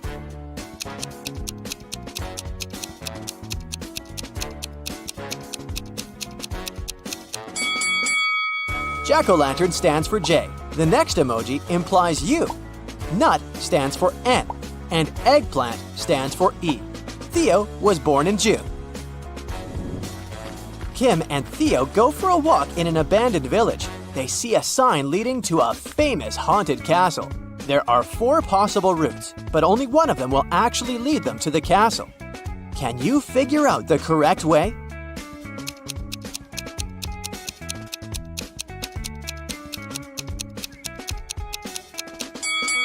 It's way easier to untangle this maze if you start drawing from the final destination. They should take Route B. Finally, Kim and Theo find the castle. They enter the property and see a fancy living room. There are 6 zombies hiding in the living room. Can you spot them?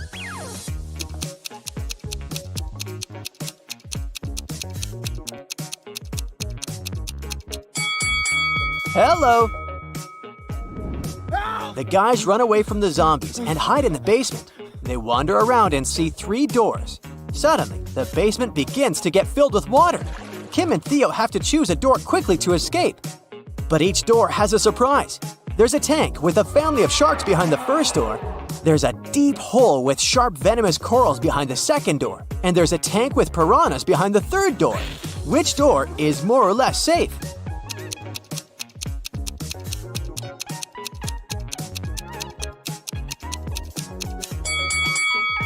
The second door. The basement is full of water, so they can swim over the corals. So check this out. 3 men are sitting around a table drinking coffee. They all look alike, but only 2 of them are brothers. The third one just doesn't belong at all because he's an alien. Who is it?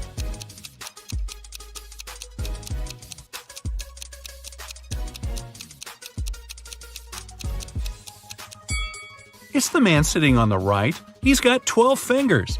Yeah, the one sitting in the center has some weird ears, but look at the family portrait on the wall. His dad has the very same ears. Gabrielle is a shop assistant in a department store. Right now, there are 3 people in the fitting rooms. There's Jessica, the woman wearing a green dress, Sean, a man wearing a leather jacket and skinny jeans, and Alex, the man who's trying on a larger-sized pair of jeans that Gabrielle just brought him. One of the clients is an alien. Help Gabrielle figure it out. Who's the alien?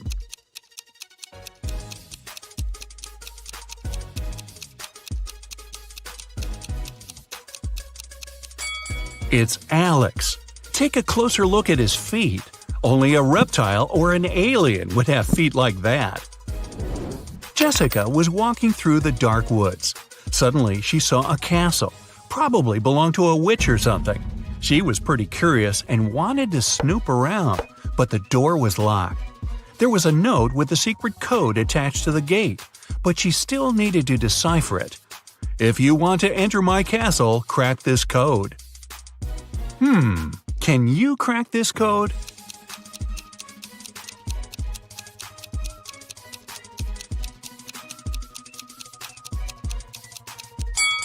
The answer is witch. 2 stars after wing means you need to get rid of the last 2 letters.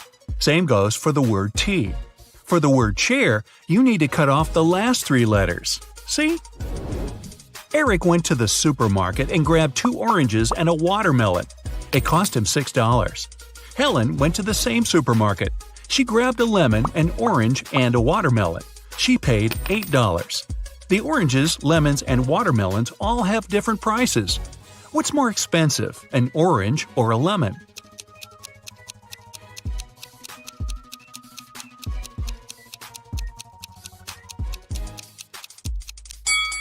The lemon's more expensive. Eric had 2 oranges and a watermelon, which cost him $6. The 2 fruits have different prices, so it can't be 2 plus 2 plus 2. The only possible combination is 1 plus 1 plus 4. So the watermelon cost $4. Helen paid $4 for the watermelon and $1 for the orange. So now we know a lemon costs $3. David and Hannah got stranded on a tiny uninhabited island. They had no radio or cell phones, so they couldn't call for help. There were no trees on the island, so they couldn't even make a smoke signal. Suddenly, Hannah noticed a plane circling the sky, searching for them. But it was flying too high. There was no way the pilot could see them. That's when she got a bright idea. Soon after, the plane spotted them and picked them up. What was Hannah's idea?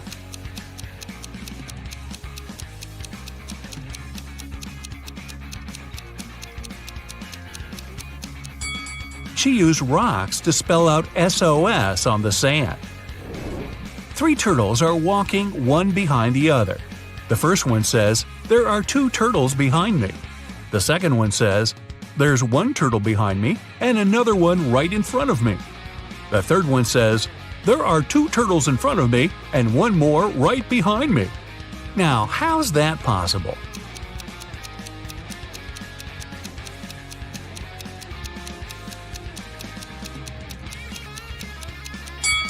Well, they're walking in a circle, very slowly. On a farm, there's a cow, 2 horses, and a cat. Farmer Jack drives up to his farm accompanied by his dog, Fluffy. How many feet are there on the farm?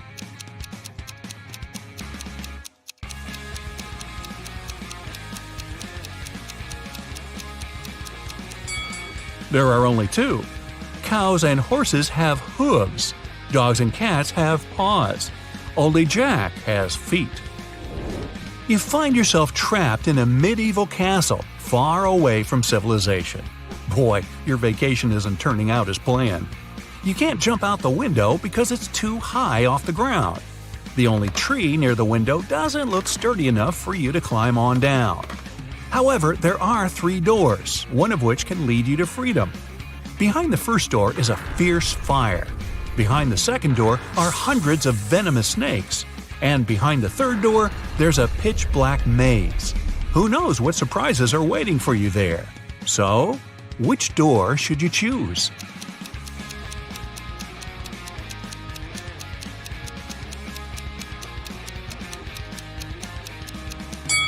The third door. You just need to break off a tree branch, turn it into a torch by lighting it in the first room, and go through the maze. At least you'll be able to see where you're going. Maria lives in Paris, and once every 2 weeks she goes to Saint-Tropez to see her grandmother. She bought a ticket from the machine, finished her coffee, and headed to the train. But this weekend, something went wrong. She didn't make it to Saint-Tropez. Why not?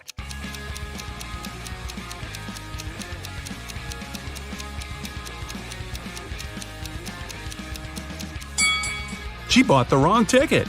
It says Saint-Tropez, Paris, but she needed Paris, Saint-Tropez. When she tried to get on the train, the conductor immediately told her she had the wrong ticket, and she just didn't have enough time to change it. Emma's a big fan of all things pink. She lives in a 1-story pink house. She has a pink cat, a pink dog, a pink hamster, pink walls, pink doors, and even a pink fridge. What color are her stairs?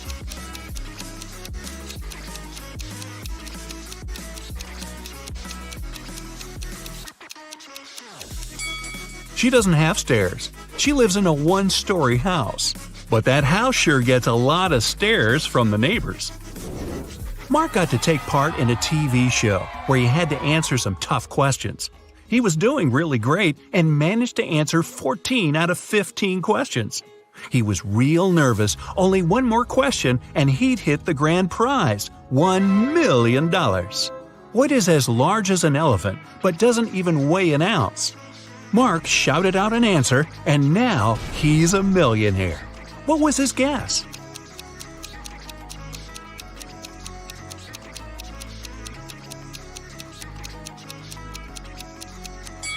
It's Shadow.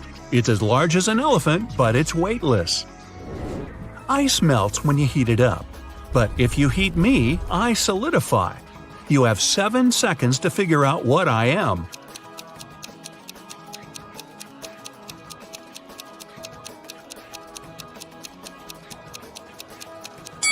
I'm an egg.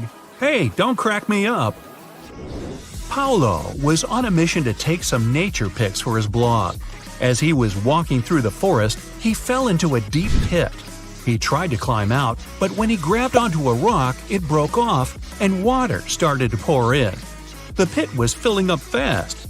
Paulo saw a deflated ball, an empty barrel, and a piece of wooden board. What should he use to get out of the pit?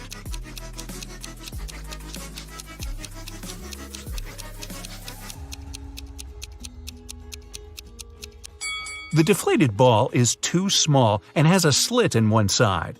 The wooden board wouldn't support his weight. The best option is the empty barrel. It might just keep Paolo afloat. Anthony majored in accounting at the university. His roommates wanted to test his intelligence. They took 3 envelopes and wrote some messages on them. Then, they put the answers to Anthony's upcoming exam in one of the envelopes. Only one envelope has a truthful message written on it. The other 2 are lies. Anthony isn't allowed to open the envelopes before choosing. The first message read, "There are no exam answers here." The second read, "The exam answers are here." And the third message read, "The exam answers aren't in the second envelope." Which envelope has the exam answers in it?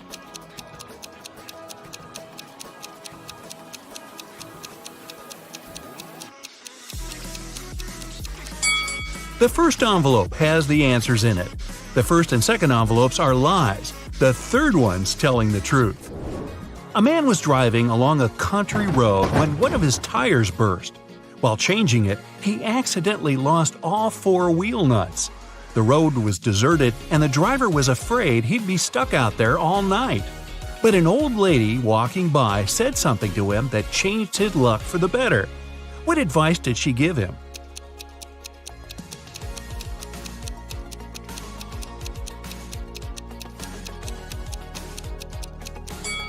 She told him to remove 1 nut from each of the other wheels and use them for the 4th tire. This way, he could get to the nearest service station. King Archibald had no one who could inherit his throne. That's why he decided to hold a contest to find a worthy successor. He gave a seed to every participant and announced that the person who grew the healthiest and most beautiful plant would become the next king or queen. On the final day of the competition, the king saw hundreds of people with plants of all sizes and shapes, but he ignored them all. He ended up choosing a lady holding a pot with nothing in it but moist dirt. How come she won?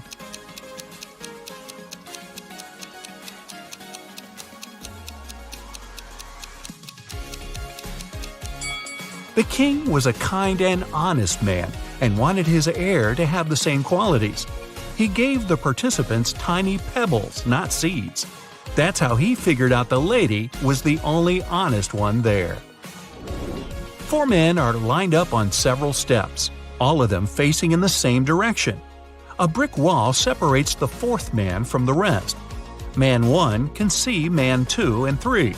Man 2 can see man 3. All man 3 sees is the wall, and man 4 can't see anyone. They're all wearing hats, and they know that 2 of the hats are white and 2 are black. Which man will be the first to figure out and shout out the color of the hat he's wearing? Obviously, the men aren't allowed to turn around, talk to each other, or take their hats off.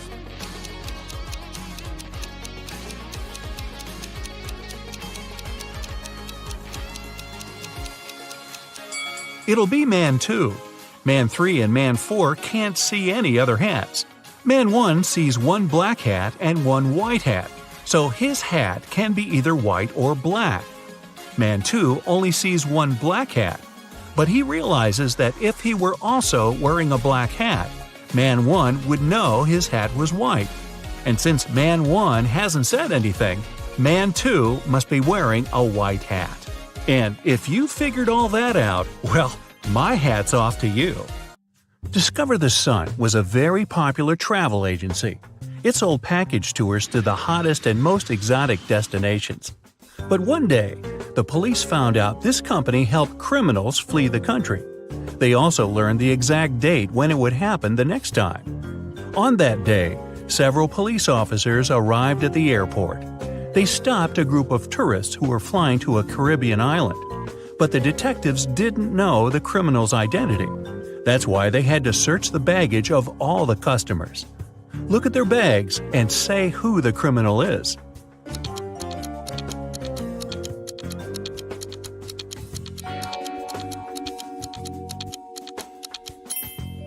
it's the young woman on the left.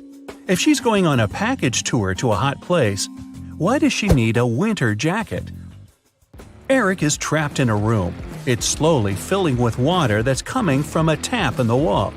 There are no windows in the room, and the door is blocked. Eric has a mop and a big bucket. What can he do to survive?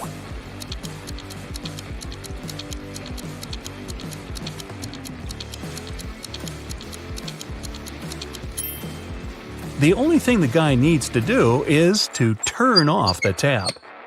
You knew that, didn't you? Laura agreed to take part in a riddle competition. One of the tasks was to get out of a locked room. She had to figure out the code for the combination lock. And the only thing that could help her was this note. 2 equals 6, 4 equals 26, 5 equals 426, 6 equals what? In a couple of minutes, Laura was already leaving the room. What was the code?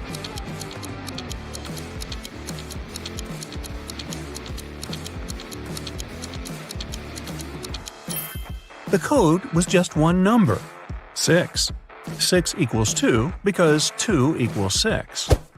Megan invited her friends to her favorite restaurant to celebrate her birthday. They were having a lot of fun. Megan got the best birthday present ever. Her friends gave her a diamond ring. Suddenly, the room plunged into darkness. After several minutes of total confusion, the lights came back on. But Megan's ring was gone. Look at the picture thoroughly and try to figure out who stole it.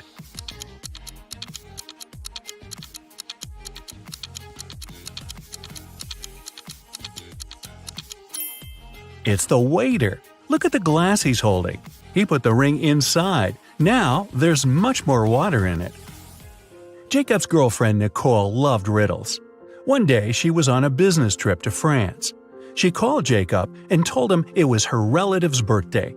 "Could you go and congratulate them, please?"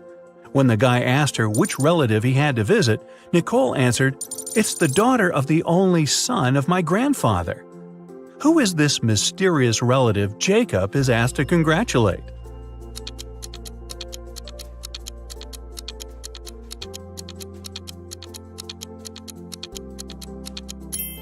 It's Nicole's sister. Brandon was a police officer. That day, he was patrolling the streets of the small town where he lived. When the man was driving past his best friend's house, he saw that the front door was open. He decided to check if everything was okay. As soon as Brandon entered the hall, he spotted his friend lying on the floor. After the man was taken to a hospital, the officer went to question the neighbors. Julie said, "I've been planting new fruit trees in my garden since early morning." Nathan said, "I have some problems with my car. I was in the garage all day long trying to fix them." And Patrick told Brandon, "They aired a new episode of my favorite TV show. I stayed at home to watch it." Which neighbor is lying?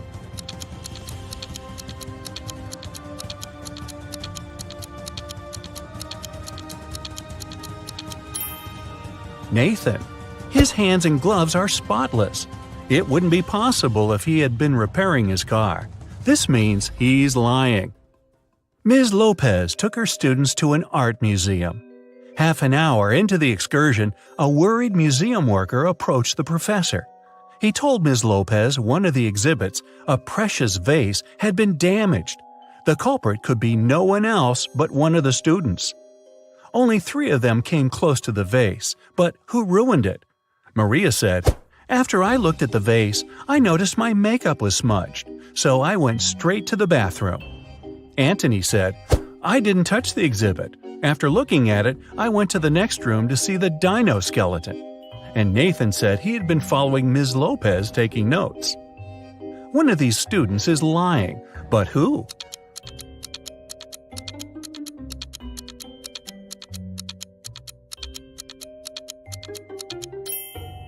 Anthony. There are no dinosaur bones in the art museum. Someone broke into Samantha's house through the window and stole some valuable things. When the police came, she told them she suspected her younger brother Sam. The police officers went to question the guy, but he denied everything. "I was playing basketball several days ago and broke my arm, It's in a cast now. I wouldn't be able to get into the house." The police officers left, but the next day, one of them saw Sam in a cafe. The guy was still wearing the cast, but the officer immediately arrested him. Why?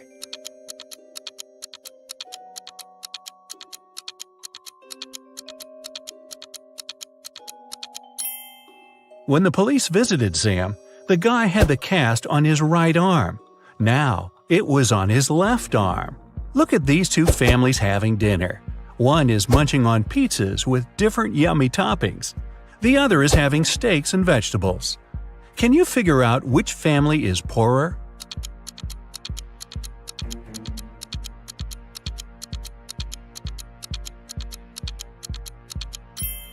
No matter how tasty the pizzas are, they're still cheaper than large pieces of meat. This means the family eating steaks must have more money than the second one. Keith had a tragic accident when he was a teenager. Unfortunately, it left the guy blind. He was dreaming of being able to see again for years. One day, Keith was lucky to find a doctor who told him a special surgery could solve his problem.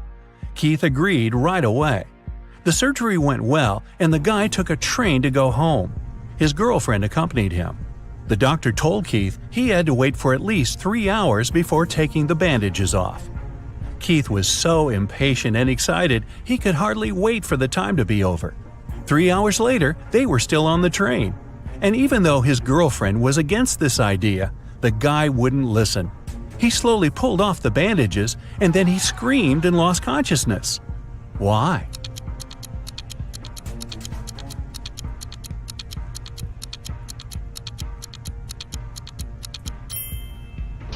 When Keith opened his eyes, the train was going through a dark tunnel. The poor guy thought he was still blind and fainted. To pass an exam, Dennis has to solve a riddle. 2 plus 2 is the same as 2 times 2. Find a set of 3 whole numbers whose sum will be the same as their total when multiplied. Dennis gave the right answer almost immediately.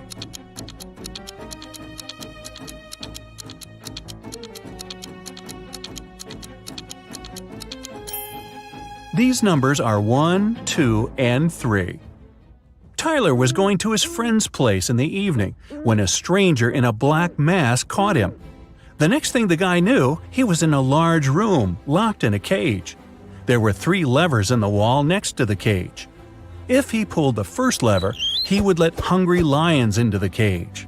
The second lever would fill the cage with water, and the third lever would activate a special mechanism. It would make the top of the cage move down towards the bottom, crushing everyone and everything inside. Which lever should Tyler pull to survive?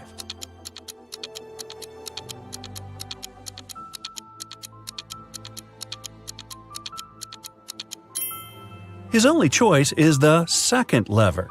All the water will flow out through the bars of the cage.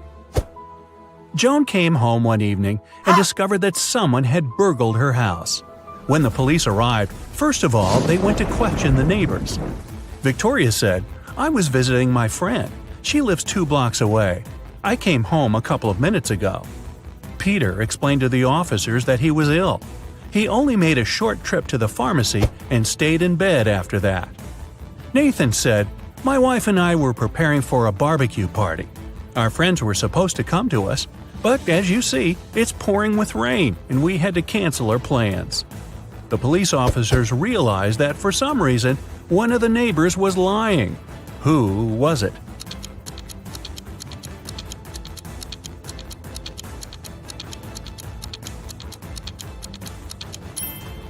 Victoria. It was raining, and she said she had just come home, but her hair, clothes, and the umbrella, which was standing near the door, were absolutely dry. Matthew has only black and white socks, but he keeps them all mixed. One evening, the guy's in a hurry. He's getting ready for a romantic dinner with his girlfriend. Suddenly, the power goes out. Now it's completely dark in the room.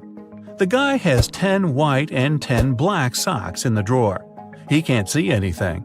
How many socks must he pull out of the drawer to get 2 matching ones?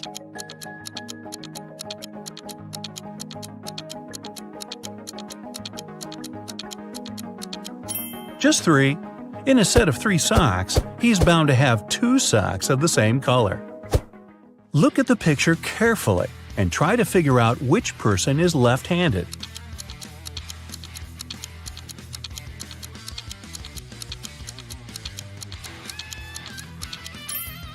The waiter is a lefty.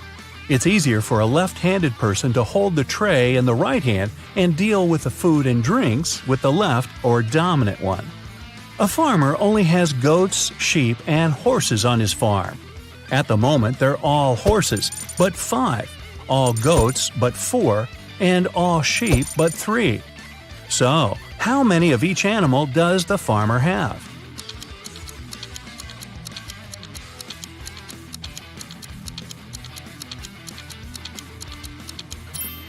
There were 3 sheep, 2 goats, and 1 horse on the farm.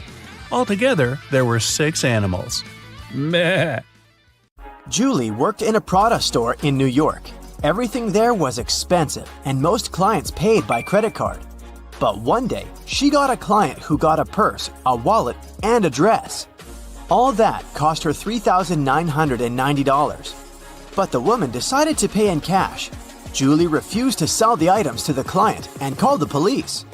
Why?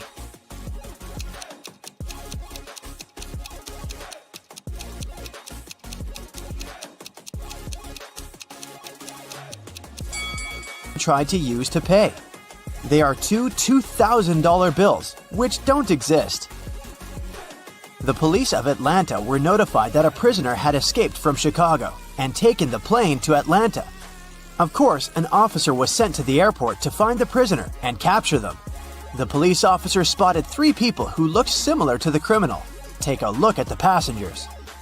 Which one should be arrested?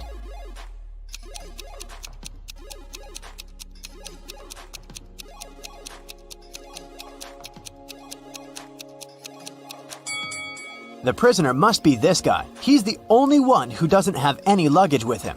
Probably because he was running away and had none. In a small town, a grand robbery happened.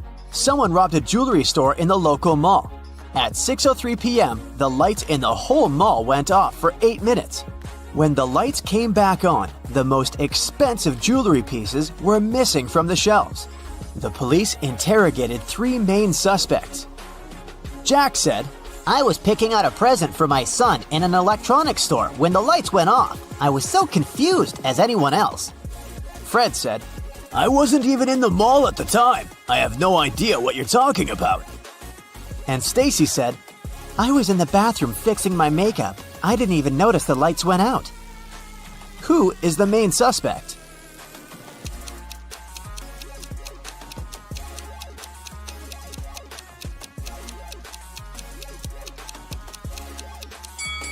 It's Stacy.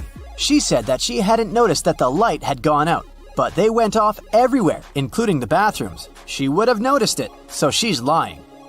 Ava has always wanted to get a cat, but her mom wouldn't allow her to have a pet. So, when one day she found a kitten on the street, she brought it home, but kept it a secret. She succeeded for 2 weeks, but one morning she went down to the kitchen. Have you been hiding a cat in your room? Her mother asked. How did she figure it out?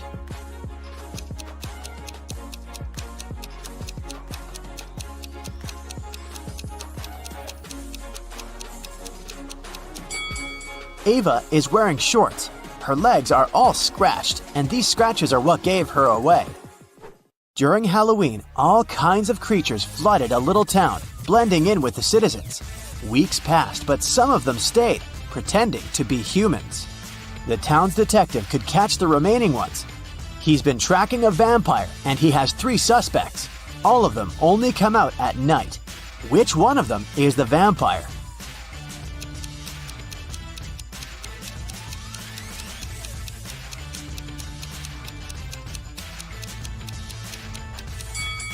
This guy is pale, but it doesn't necessarily mean that he's a vampire. This guy is wearing a silver chain, so he can't be one. But this guy doesn't have a reflection. This is definitely not a human.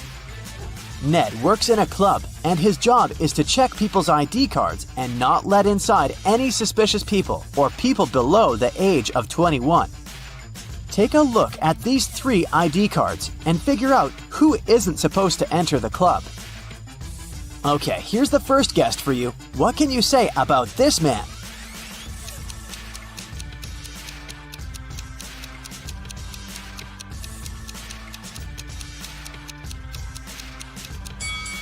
Don't let him in. The person in the photo is totally different. It's not this guy's ID card. Okay, here's the next one. Keep your eyes wide open. Do you see anything suspicious?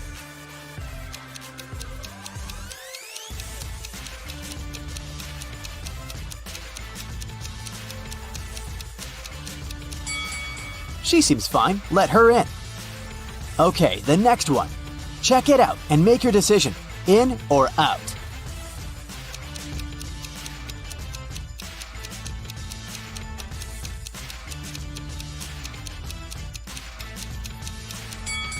Las Vegas is written with a W. It's a typo, which is unacceptable for official documents. This ID must be fake. Here's the next guest for you to examine. What's your verdict? Will you let her in?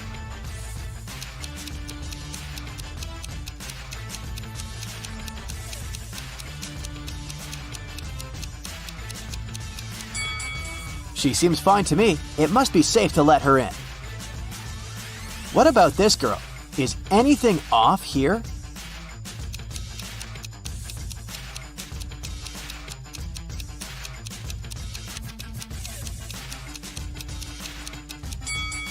She seems fine to me too.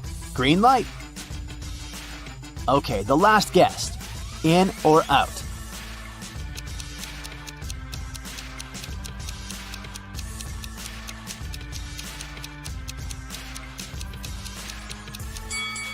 Look, the woman in the photo has a brown right eye and a green left eye. The real woman has a brown left eye and a green right eye. This is too suspicious. I wouldn't let her in. Amelia is a huge modern art enthusiast, and she wants to take her siblings to a new exhibition. A ticket for one person costs $18. A ticket for 2 costs $30. And a ticket for 3 costs $45. If she wants to pay as little as possible, should she invite her 2 siblings at once or go with each of them separately?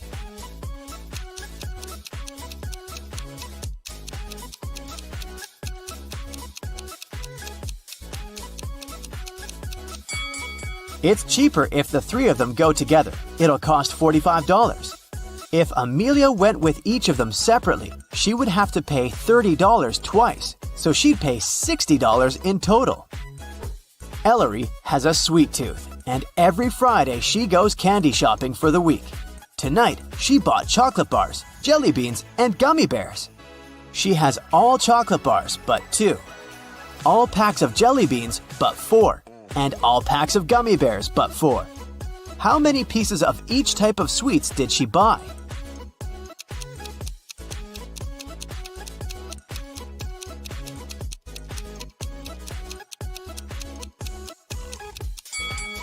Chocolate bars are all but 2, which means that there are 2 packs of jelly beans and gummy bears together. So there's 1 pack of jelly beans and 1 pack of gummy bears. Chocolate and gummy bears are 4 together, so there are 3 chocolate bars. Ailu is a fairy living in her magical forest. Every day, she takes the same route for a morning flight to the lake. One Friday, she was flying to the lake when she met some other creatures moving towards her. There were 2 elves, 3 fairies, and a gnome. How many creatures were going to the lake that Friday morning?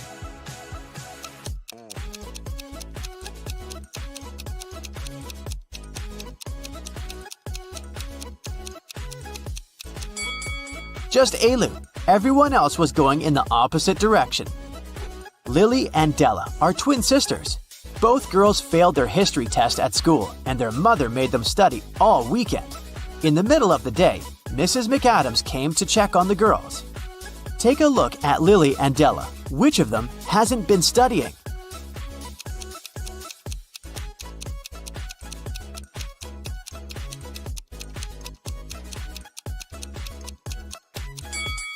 Della, the book she's reading isn't a history book, it's physics. She must have grabbed the closest book as soon as she heard her mother's footsteps. A rich lady was booking into one of the best hotels in the city. When she got her key, she noticed that her bags had been stolen. The police interrogated 3 main suspects. Mr. Collins said, "I wouldn't steal anything. I'm rich. I live in the penthouse on the 20th floor." Mrs. Jones said, "I've just returned to the hotel. I've been out all day." And Mrs. Smith said, "I wouldn't steal anything. I have too much stuff myself."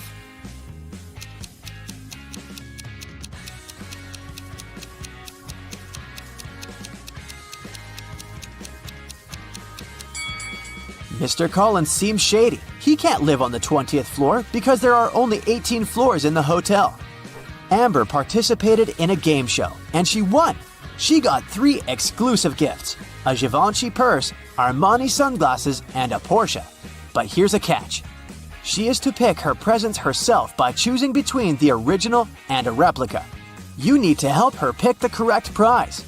Here are 2 Givenchy purses. One of them is the original, and the other is a replica. Which one should Amber choose?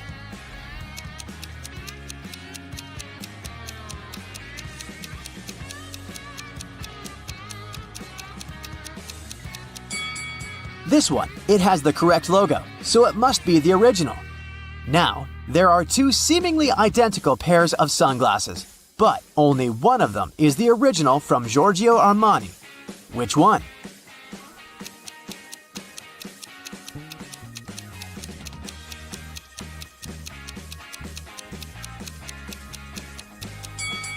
This one, with the correct logo. And finally, the Porsche. Let's see if you remember their logo.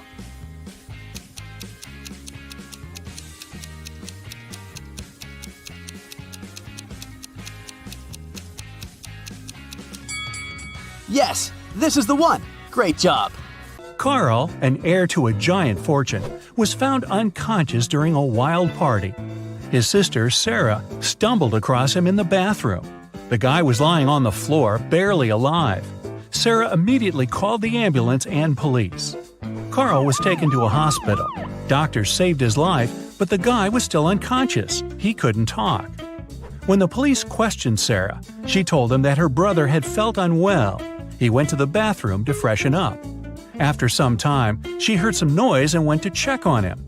Carl must have slipped and hit his head on the sink. After the police officers heard this story, the sister got arrested right away. Why?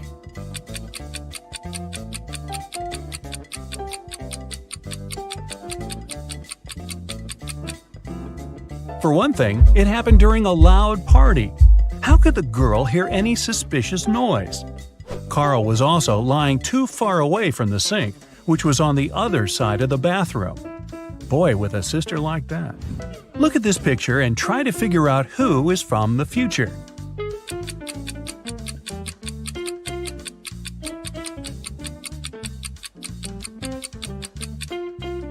Well, I'm pretty sure there were no flashlights in the Stone Age. All the people working in the office, Janice, Brian, Teresa, Sean, and Roy, used the fridge in the kitchen to store their lunch. On Friday, Janice opened the fridge to get her bacon and cheese sandwich she brought from home. But it wasn't there. Someone had eaten her lunch. Who was it?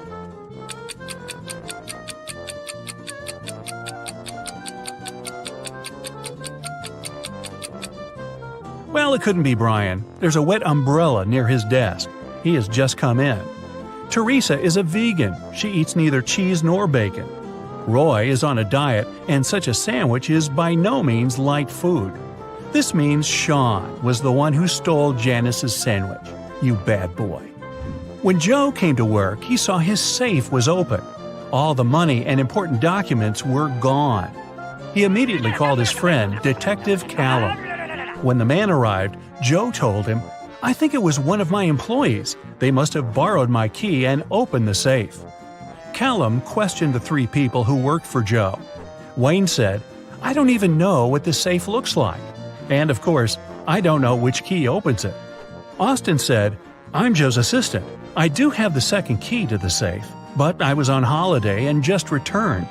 And Julia just said, "I can't prove it, but I didn't do it. Who's lying?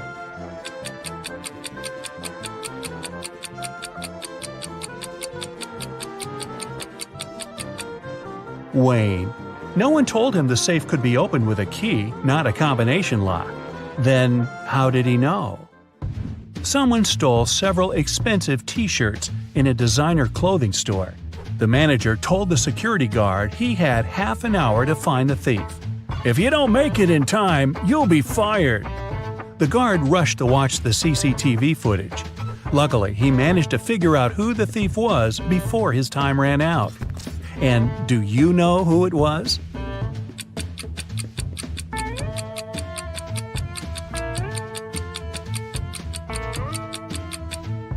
It's the man in the dark blue sweater. His belly miraculously became larger after he spent some time in the store. He must be hiding the T-shirts under his sweater. Look at this picture and try to understand what's wrong here.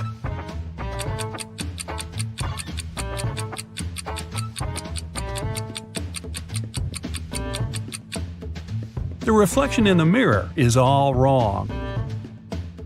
Terry was sailing around the world when his yacht got caught in a terrible storm. At one moment, the guy hit his head against the mast and lost consciousness. When he came around, he was on a beach. Unfriendly-looking locals had gathered around. Soon, Terry figured out they really didn't like strangers.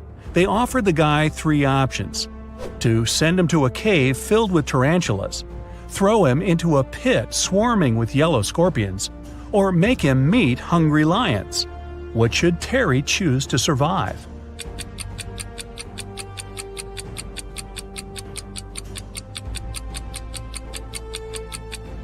He should opt for tarantulas. These creatures look terrifying, but they are mostly harmless to humans. Mostly. Captain Jack was a feared pirate who had robbed thousands of ships. He did it with the help of just one small trick. It allowed him to approach any ship from any country close enough to board it. What was this trick?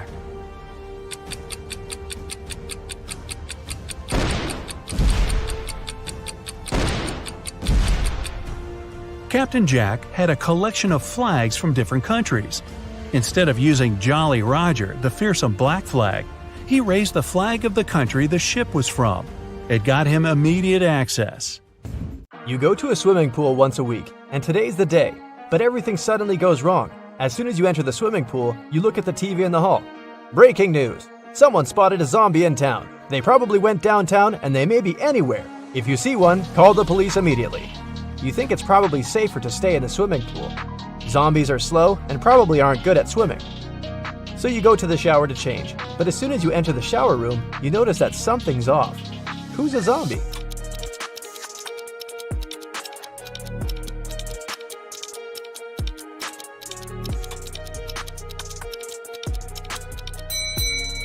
The 2 girls seem completely fine, but there's a bandage on the man's leg. No one would go to a swimming pool if they had cuts or scratches, unless they're a zombie. Once upon a time, there was a wealthy king who hired an artist to paint his portrait. The artist told the king that he wanted to be paid in gold, and he wanted to get paid every day. He also said it would take him 7 days to finish the painting. The wealthy king had only large bars of gold, and he wanted to give 1 bar for his work. But since the artist wanted to get paid daily, he needed to come up with a plan. He had a magic tool that could cut any material, but it was able to make only 2 cuts. How did the king split the gold bar so that the artist got his gold every single day in equal amounts?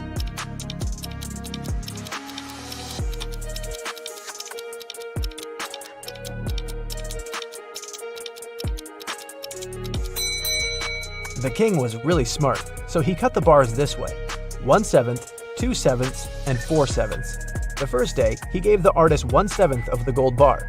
The second day, he gave him 2/7, but took 1/7 back as change. The third day, he gave 1/7 back. The fourth day, he gave 4/7, but took the other 2 pieces back as change. The fifth day, he gave 1/7, so the artist got 5/7 of the bar. The sixth day, he gave 2/7, but took 1/7 back again. And the very last day, the artist got 1/7, so in the end, he had a full bar of gold.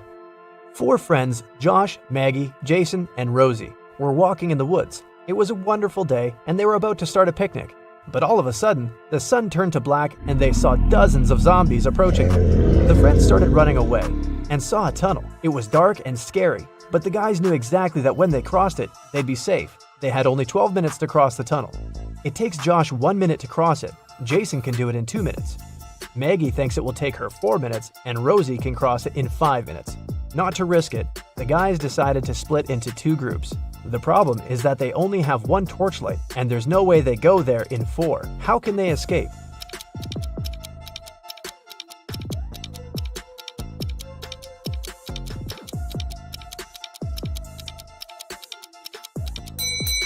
First, Josh and Jason should cross it with a torchlight while the girls are waiting on the other side.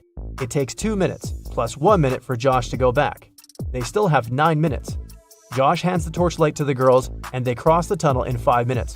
4 minutes left. When the girls are on the other side, they give the torchlight to Jason, who comes back to take Josh in 2 minutes, and they run back together in another 2 minutes.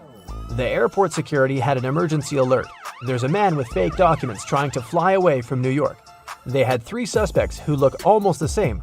Which passport is fake?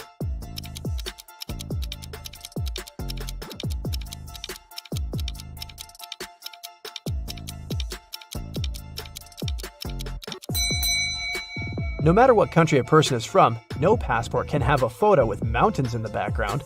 All backgrounds should be solid. John's passport has a suspicious photo in it. His documents are fake. Mason is a lifeguard. One day, a girl came up to him asking for help. She said someone had stolen her wallet, which she noticed when she was going to go and grab a soda pop. Mason checked the towel where the girl left her stuff, but the only thing he noticed were her own footprints. Is this girl lying to Mason?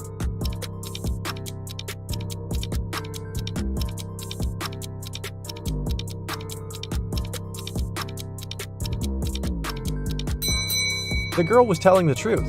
Mason had an eagle eye, and he saw a guy with a fishing rod. He must have stolen the girl's wallet. No one wants to go fish in the public beach. Robbers stole a few precious gems the other day. The police were alerted immediately, but they didn't know where to look for the thieves.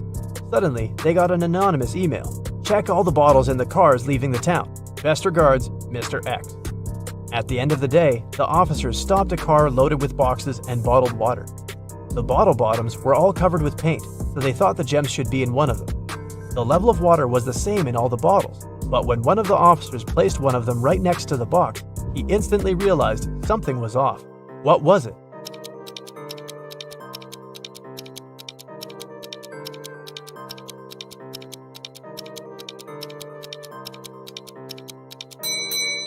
The bottle standing next to the box is much lower than those still inside.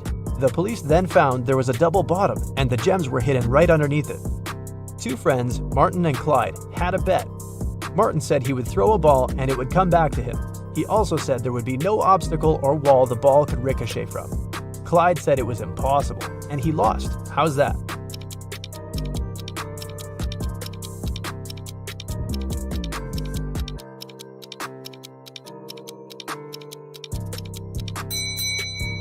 Martin threw the ball straight up. It obviously came back to him. No magic, just physics. Emily grabbed a really nice muffin at the cafeteria and put it on the office desk. She wanted to save it for later, but when she came back from the meeting, she saw someone had eaten her muffin. There were only 3 people who could do that, and only one person is telling the truth. Grace said it was Alicia. Alicia said she didn't eat anything. Tina says she didn't eat anything either. Who ate the muffin?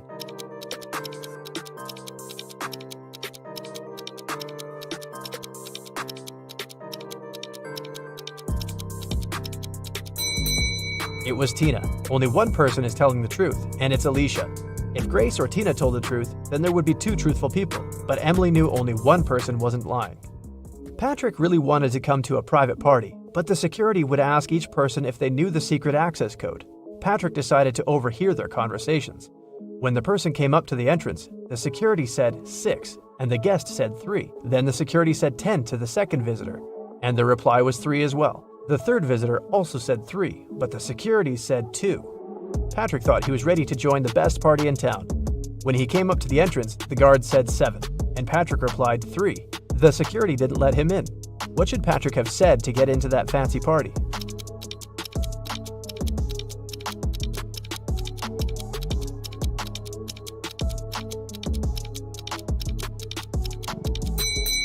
He should have said 5. The guest needed to count letters. 6, 10, and 2 have 3 letters. That's why the answer was 3. In the word 7, there are 5 letters. Ben loved diamonds. For some time, he would spend $5,000 a day on precious stones. At some point, he realized he had too many gems, so he started selling them at $3,000 a piece. Sometime later, he became a millionaire. How is that possible if he was obviously losing money?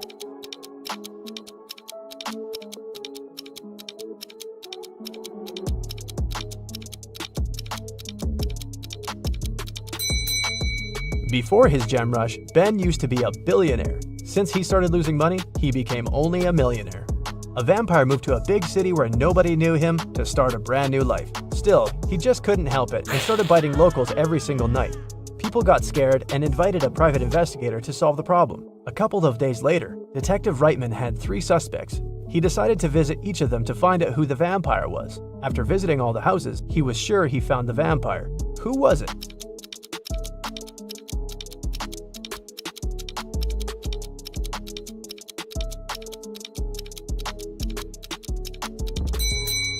Well, the man on the left has loads of garlic in the kitchen, and vampires are scared of it. The second suspect had a lot of silver-plated accessories, earrings, piercings, and a chain. Vampires don't really like silver. The guy in the blue shirt is a vampire. Long ago, in the kingdom of Riddles, a criminal was caught. The guards took him to the king, who was famous for loving riddles. King Archibald said that if Harry, the criminal, managed to solve his riddle, he would set him free. Harry agreed, and Archibald drew a 2-foot line on the ground with his foot. The king asked Harry to make this line 2 times shorter without touching it. In the end, Harry was free. What did he do?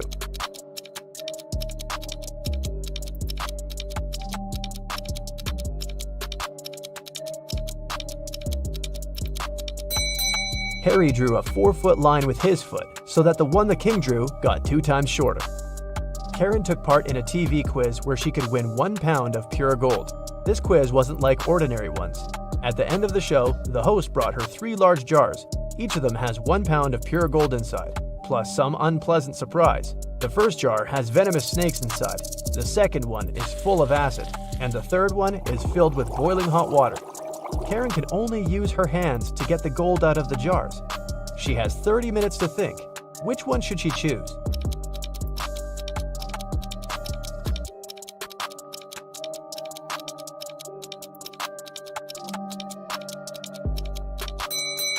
Karen should choose the one with hot water. It cools down pretty fast, and it's gonna get lukewarm in half an hour. Guess who's rich now? You're a secret agent undercover. Today, you're gonna visit a small town on a difficult mission. You need to download all the data from computers located on the 60th floor. If everything goes well, you'll get a promotion. Be careful not to make a mistake. The town's on a remote island. Your boss gives you a city map with the target marked on it. You suit up in ordinary clothes, take a flash drive, a flashlight, a lighter, a phone, and a flare. You reach the island in a small boat. You get out on the shore and you see 3 roads marked by signs. There are skyscrapers in the first sign. A hut is in the second one. The third sign has trees in it. Which road will you choose?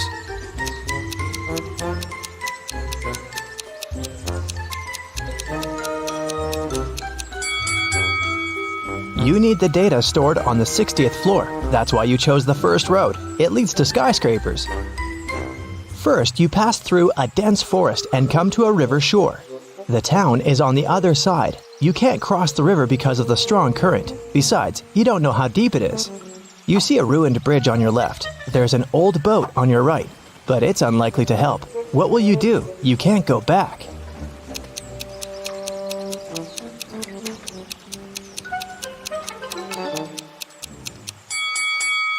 Look, there's a hatch in the grass. It seems to be an underground tunnel passing through the river.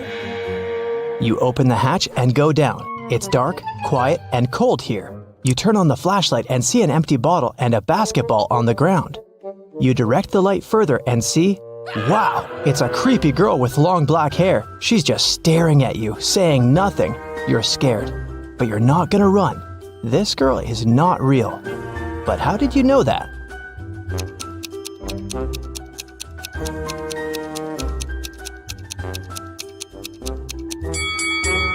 The basketball with the bottle casts shadows, but the girl doesn't. She's just a dark memory from your past. You rub your eyes and the girl disappears. You go through an underground tunnel and climb up. Great, you made it into town. You walk down the street and notice that all the people are looking at you. Why do you seem suspicious to them?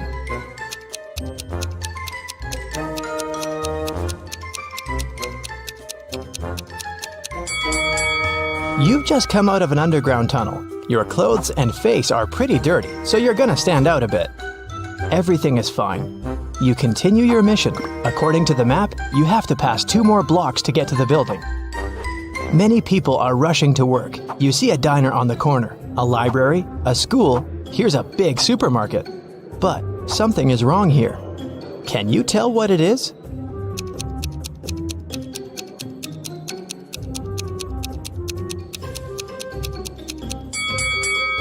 There are no cars on the roads. You're approaching the skyscraper. You try to open the door, but it's closed. Take a look around and decide how to get inside. You have 3 options: a fire escape, a hatch, and find out yourself.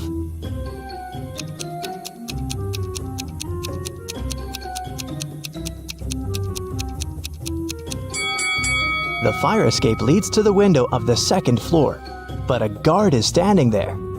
You can use the hatch, but see the steam coming out of it? It's boiling inside. So what about a tire iron? You can use it to break the lock. You're inside. It's very dark here. You turn on the flashlight, but it breaks down. What will you do to light your way? A flame from your lighter isn't enough.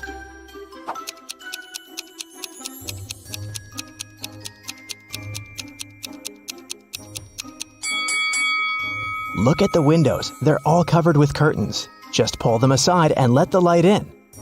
Great. You walk through the spacious hall and hear the flapping of wings. You're looking up. Oh no. Hundreds of bats are flying towards you. You need to hide as fast as possible. There are 3 elevators ahead. Which one will you choose?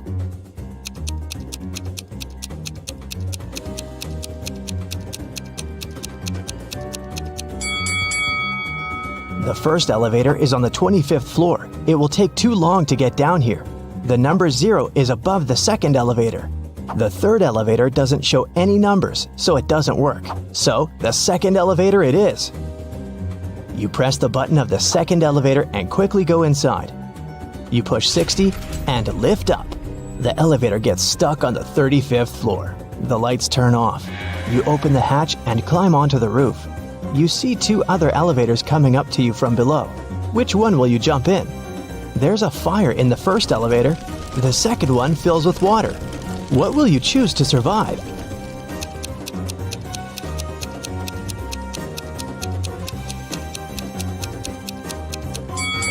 You jump into the 2nd elevator. The water rises higher and higher, but the doors open and all the water pours out. You're on the 40th floor. It seems that using elevators is a bad idea. So you decide to climb 20 floors by stairs. You run 5 floors and smash against the wall made of hardened sand. What will you do? You can't use the elevator. How to get through the obstacle?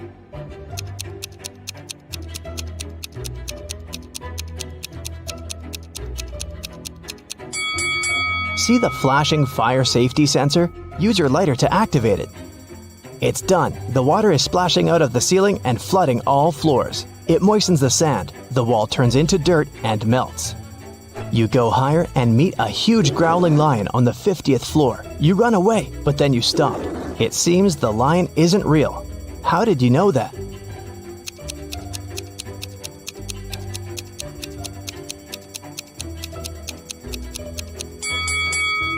There was a fire alarm. The lion should be wet, but it looks perfectly dry. You come back and see a small box attached to the ceiling. A hologram beam emanates from it. 55 is written on the wall. You have 5 floors left. You're almost there. You're tired and sweating. You sit down on the steps to rest and fall asleep. You open your eyes a couple of hours later, get up and realize you're on the ground floor. The number 1 is on the wall. You look down over the railing and see dozens of stair flights. Then you look up and see the same. How is this possible?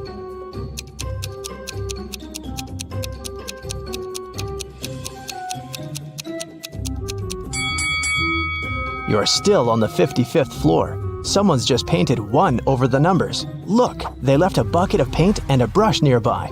You touch the number and feel the fresh paint. You move 2 floors up and meet 2 big guards. They block your way and say, "Only a smart one can pass, so solve our riddle." A young pirate is sailing to an island. A ship with 20 people on board goes towards him. Each of these people has a talking parrot. Each parrot has feathers of 3 colors: red, orange, and blue. A flea lives on each blue feather. How many fleas go to the island?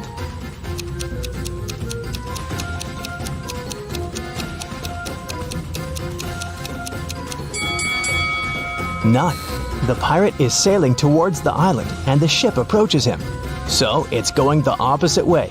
The guards scratch their heads and let you pass. You move another 2 floors up and notice no numbers on the walls.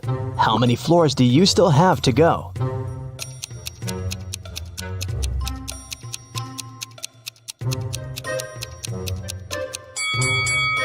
You woke up on the 55th floor. Then you passed 2 floors and met the guards. And now you've advanced by 2 more floors.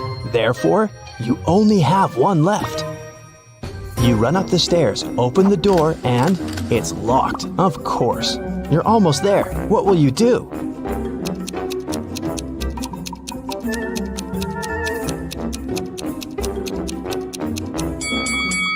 Use the fire escape outside the window. You're climbing the ladder. Birds are flying by. Don't look down. Don't look down, you're telling yourself. You get to the window and jump inside the building. You take the flash drive out of your pocket, but stop. There's no computers here. You only see a dozen of exercise bikes. What's happening? How to complete the mission?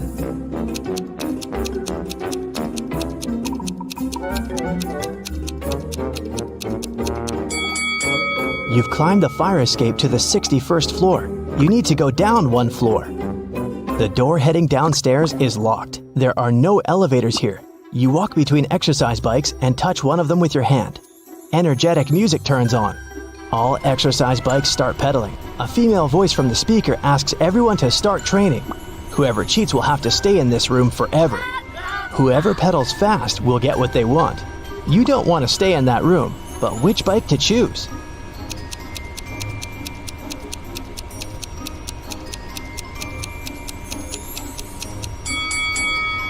There's only one bike that doesn't pedal itself. It's on the other end of the room. Get on it. You quickly start pedaling and notice the floor is going down. The harder you work out, the lower you go. Sweat is pouring off you like a stream. You jump off your bike and see a huge computer. You stick the USB into it and copy all the data. The alarm is activated. You can smell the smoke. It's a fire. It comes from the lower floors. The files are copied. You put the USB in your pocket and run to the roof. The building is burning. You don't know what to do. At this moment, the phone rings. "Is it done?" a voice asks. "Yes, but I need help," you answer.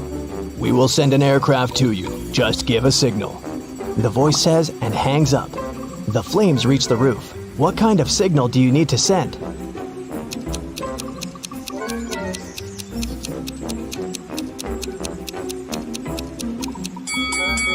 You have a flare, remember?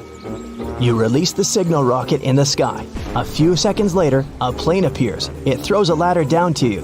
You jump on it and fly away. Mission complete. Annika received a letter where someone asked her out. The letter was sweet, but it wasn't signed, so she didn't know who it was. She was guessing 3 guys. All of them were her college friends. Who do you think asked Annika out?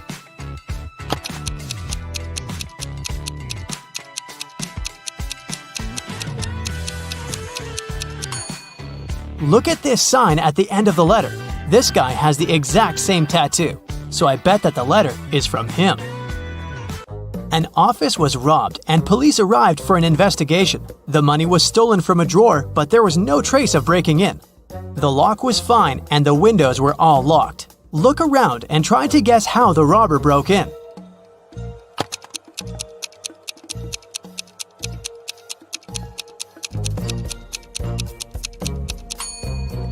Look at the ventilation gate. It's slightly open. The robber must have used this way to get into the office and get out. A police officer was following a robber around the city. Suddenly, the robber entered the hospital and disappeared. When the police officer entered the building, there were 3 workers. One of them must be the robber who dressed up to pretend to be a doctor. Can you tell who?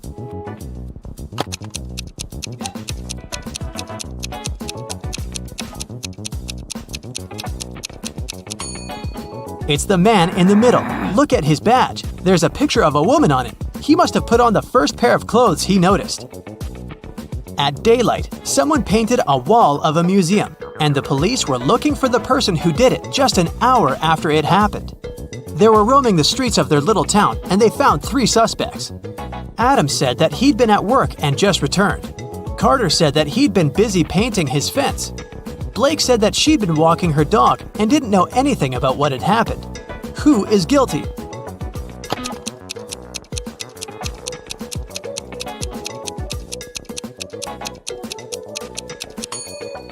It's Carter. He has paint on his hands, and it indeed goes in line with his alibi that he was painting the fence. But his fence is red, and the paint on his hands is blue, just like the painting on the museum's wall. Mrs. Roberts, a math teacher, returned to the classroom after visiting a principal's office and took a sip of her coffee. She had to spit it out immediately because, instead of coffee, there was blue ink inside. Can you tell which student pranked her?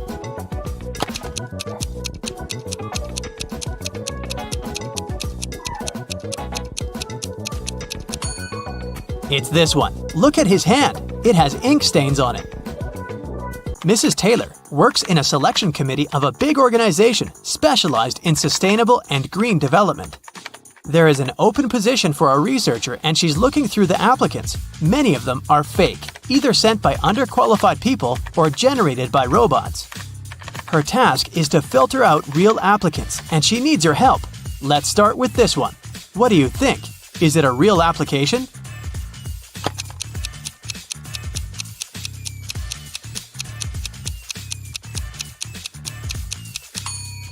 No, it doesn't seem so. This girl was born in 2003, so she's 19 years old. She's way too young to have a PhD. She must be lying. Okay, here's another one. What do you say?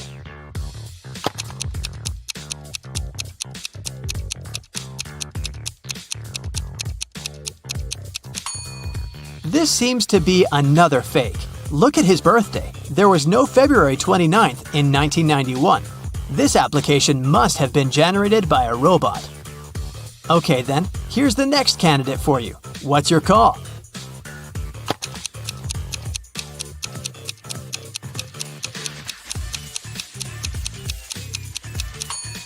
This young lady seems fine. I'd recommend considering her. Here's another candidate. What do you say?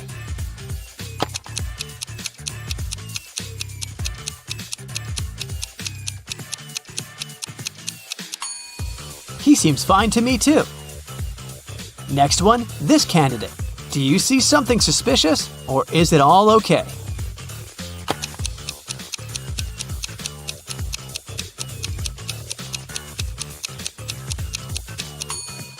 Of course not. Look at the photo. It's some random photo of a cat. People don't use such pictures in their CVs. It must be a computer-generated fake. Okay, one last candidate to consider. In or out? What do you think?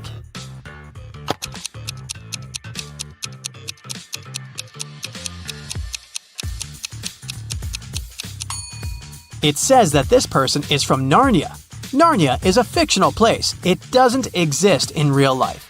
So this CV must be fake too. A woman called the police and reported that she was robbed.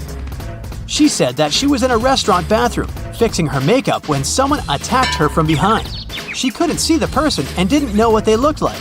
The police didn't believe her. Why?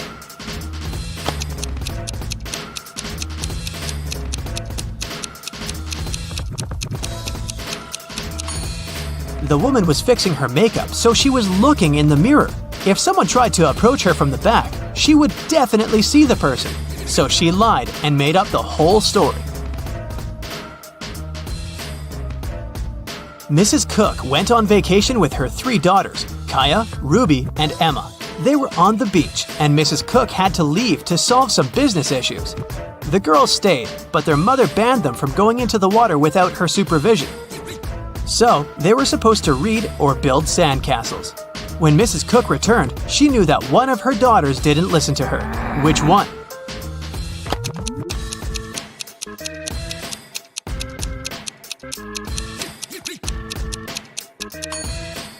It's Kaya. Look, her hair is wet. This wouldn't happen if she didn't go into the water. There was a robbery in a neighborhood.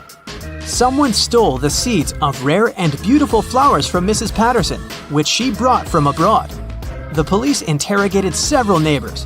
Mr. Clark said, "I don't work in my garden at all." Mrs. Moore said, "Mrs. Patterson showed me these seeds and gave me a couple of them, but I'd never steal anything." Mr. Campbell said, "I'd mind my own business." Who stole the seeds?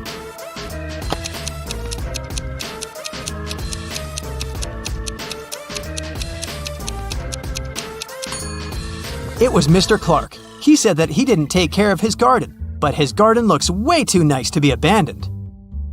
In a parallel universe, it's only allowed to have fun and eat candy. No one ever reads or studies. Mrs. Relham came back home after a long and fun day at a club and asked her daughters what they'd been doing. Hannah said that she'd been watching TV all day. Elle said that she'd spent a day in the water park. Ava said that she and her friends had had a candy-eating marathon. Still, Mrs. Relham could tell that one of her daughters lied and had actually spent all day studying. Who was it?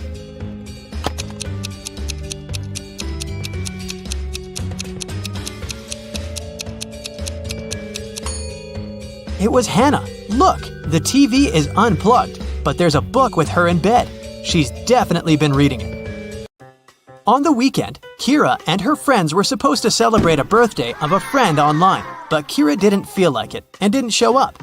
On Monday, in school, she explained that something had happened and she hadn't had electricity or internet all day. So she'd spent the day in front of the computer writing her midterm paper. Her friends didn't believe her. Why?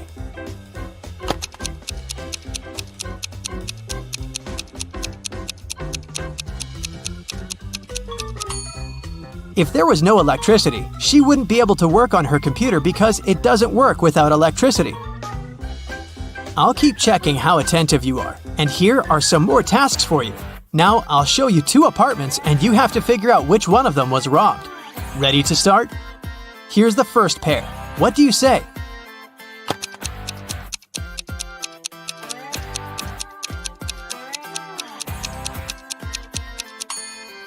This apartment has a broken window, so obviously it's this one. Okay, great. Now the next one. 2 apartments of 2 different people. Which one was robbed?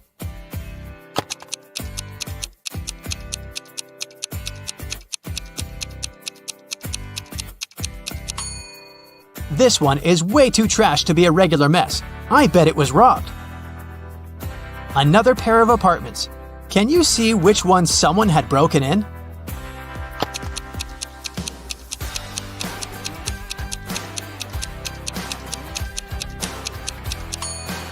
There are dirt stains on the floor. Someone was up here in boots.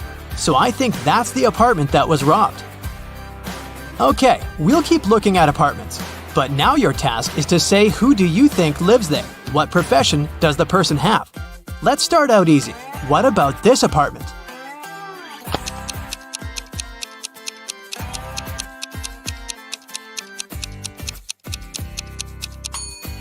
Paintings, brushes, it definitely belongs to an artist. What about this one? Do you have any ideas?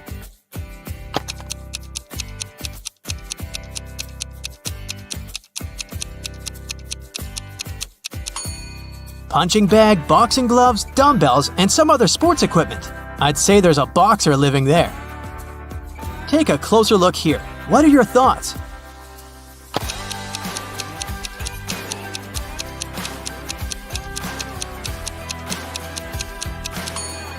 A huge desk, many monitors and keyboards, a microphone, a headset, posters of some video games.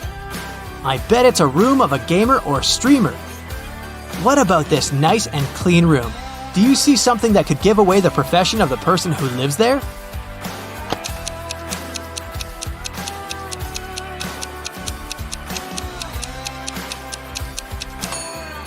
There's a ballet bar, and there are also some tutus in the wardrobe. It's the room of a ballerina. And some more tasks for you. I'll show you some photos, and you'll have to find what's wrong or odd about them. Here's the first one. What do you say?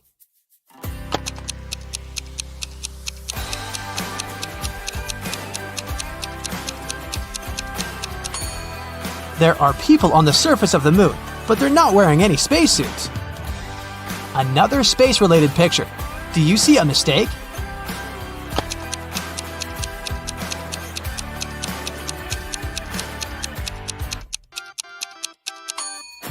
Look closer. It's not the moon, it's Saturn. What about this photo? Do you see something odd here?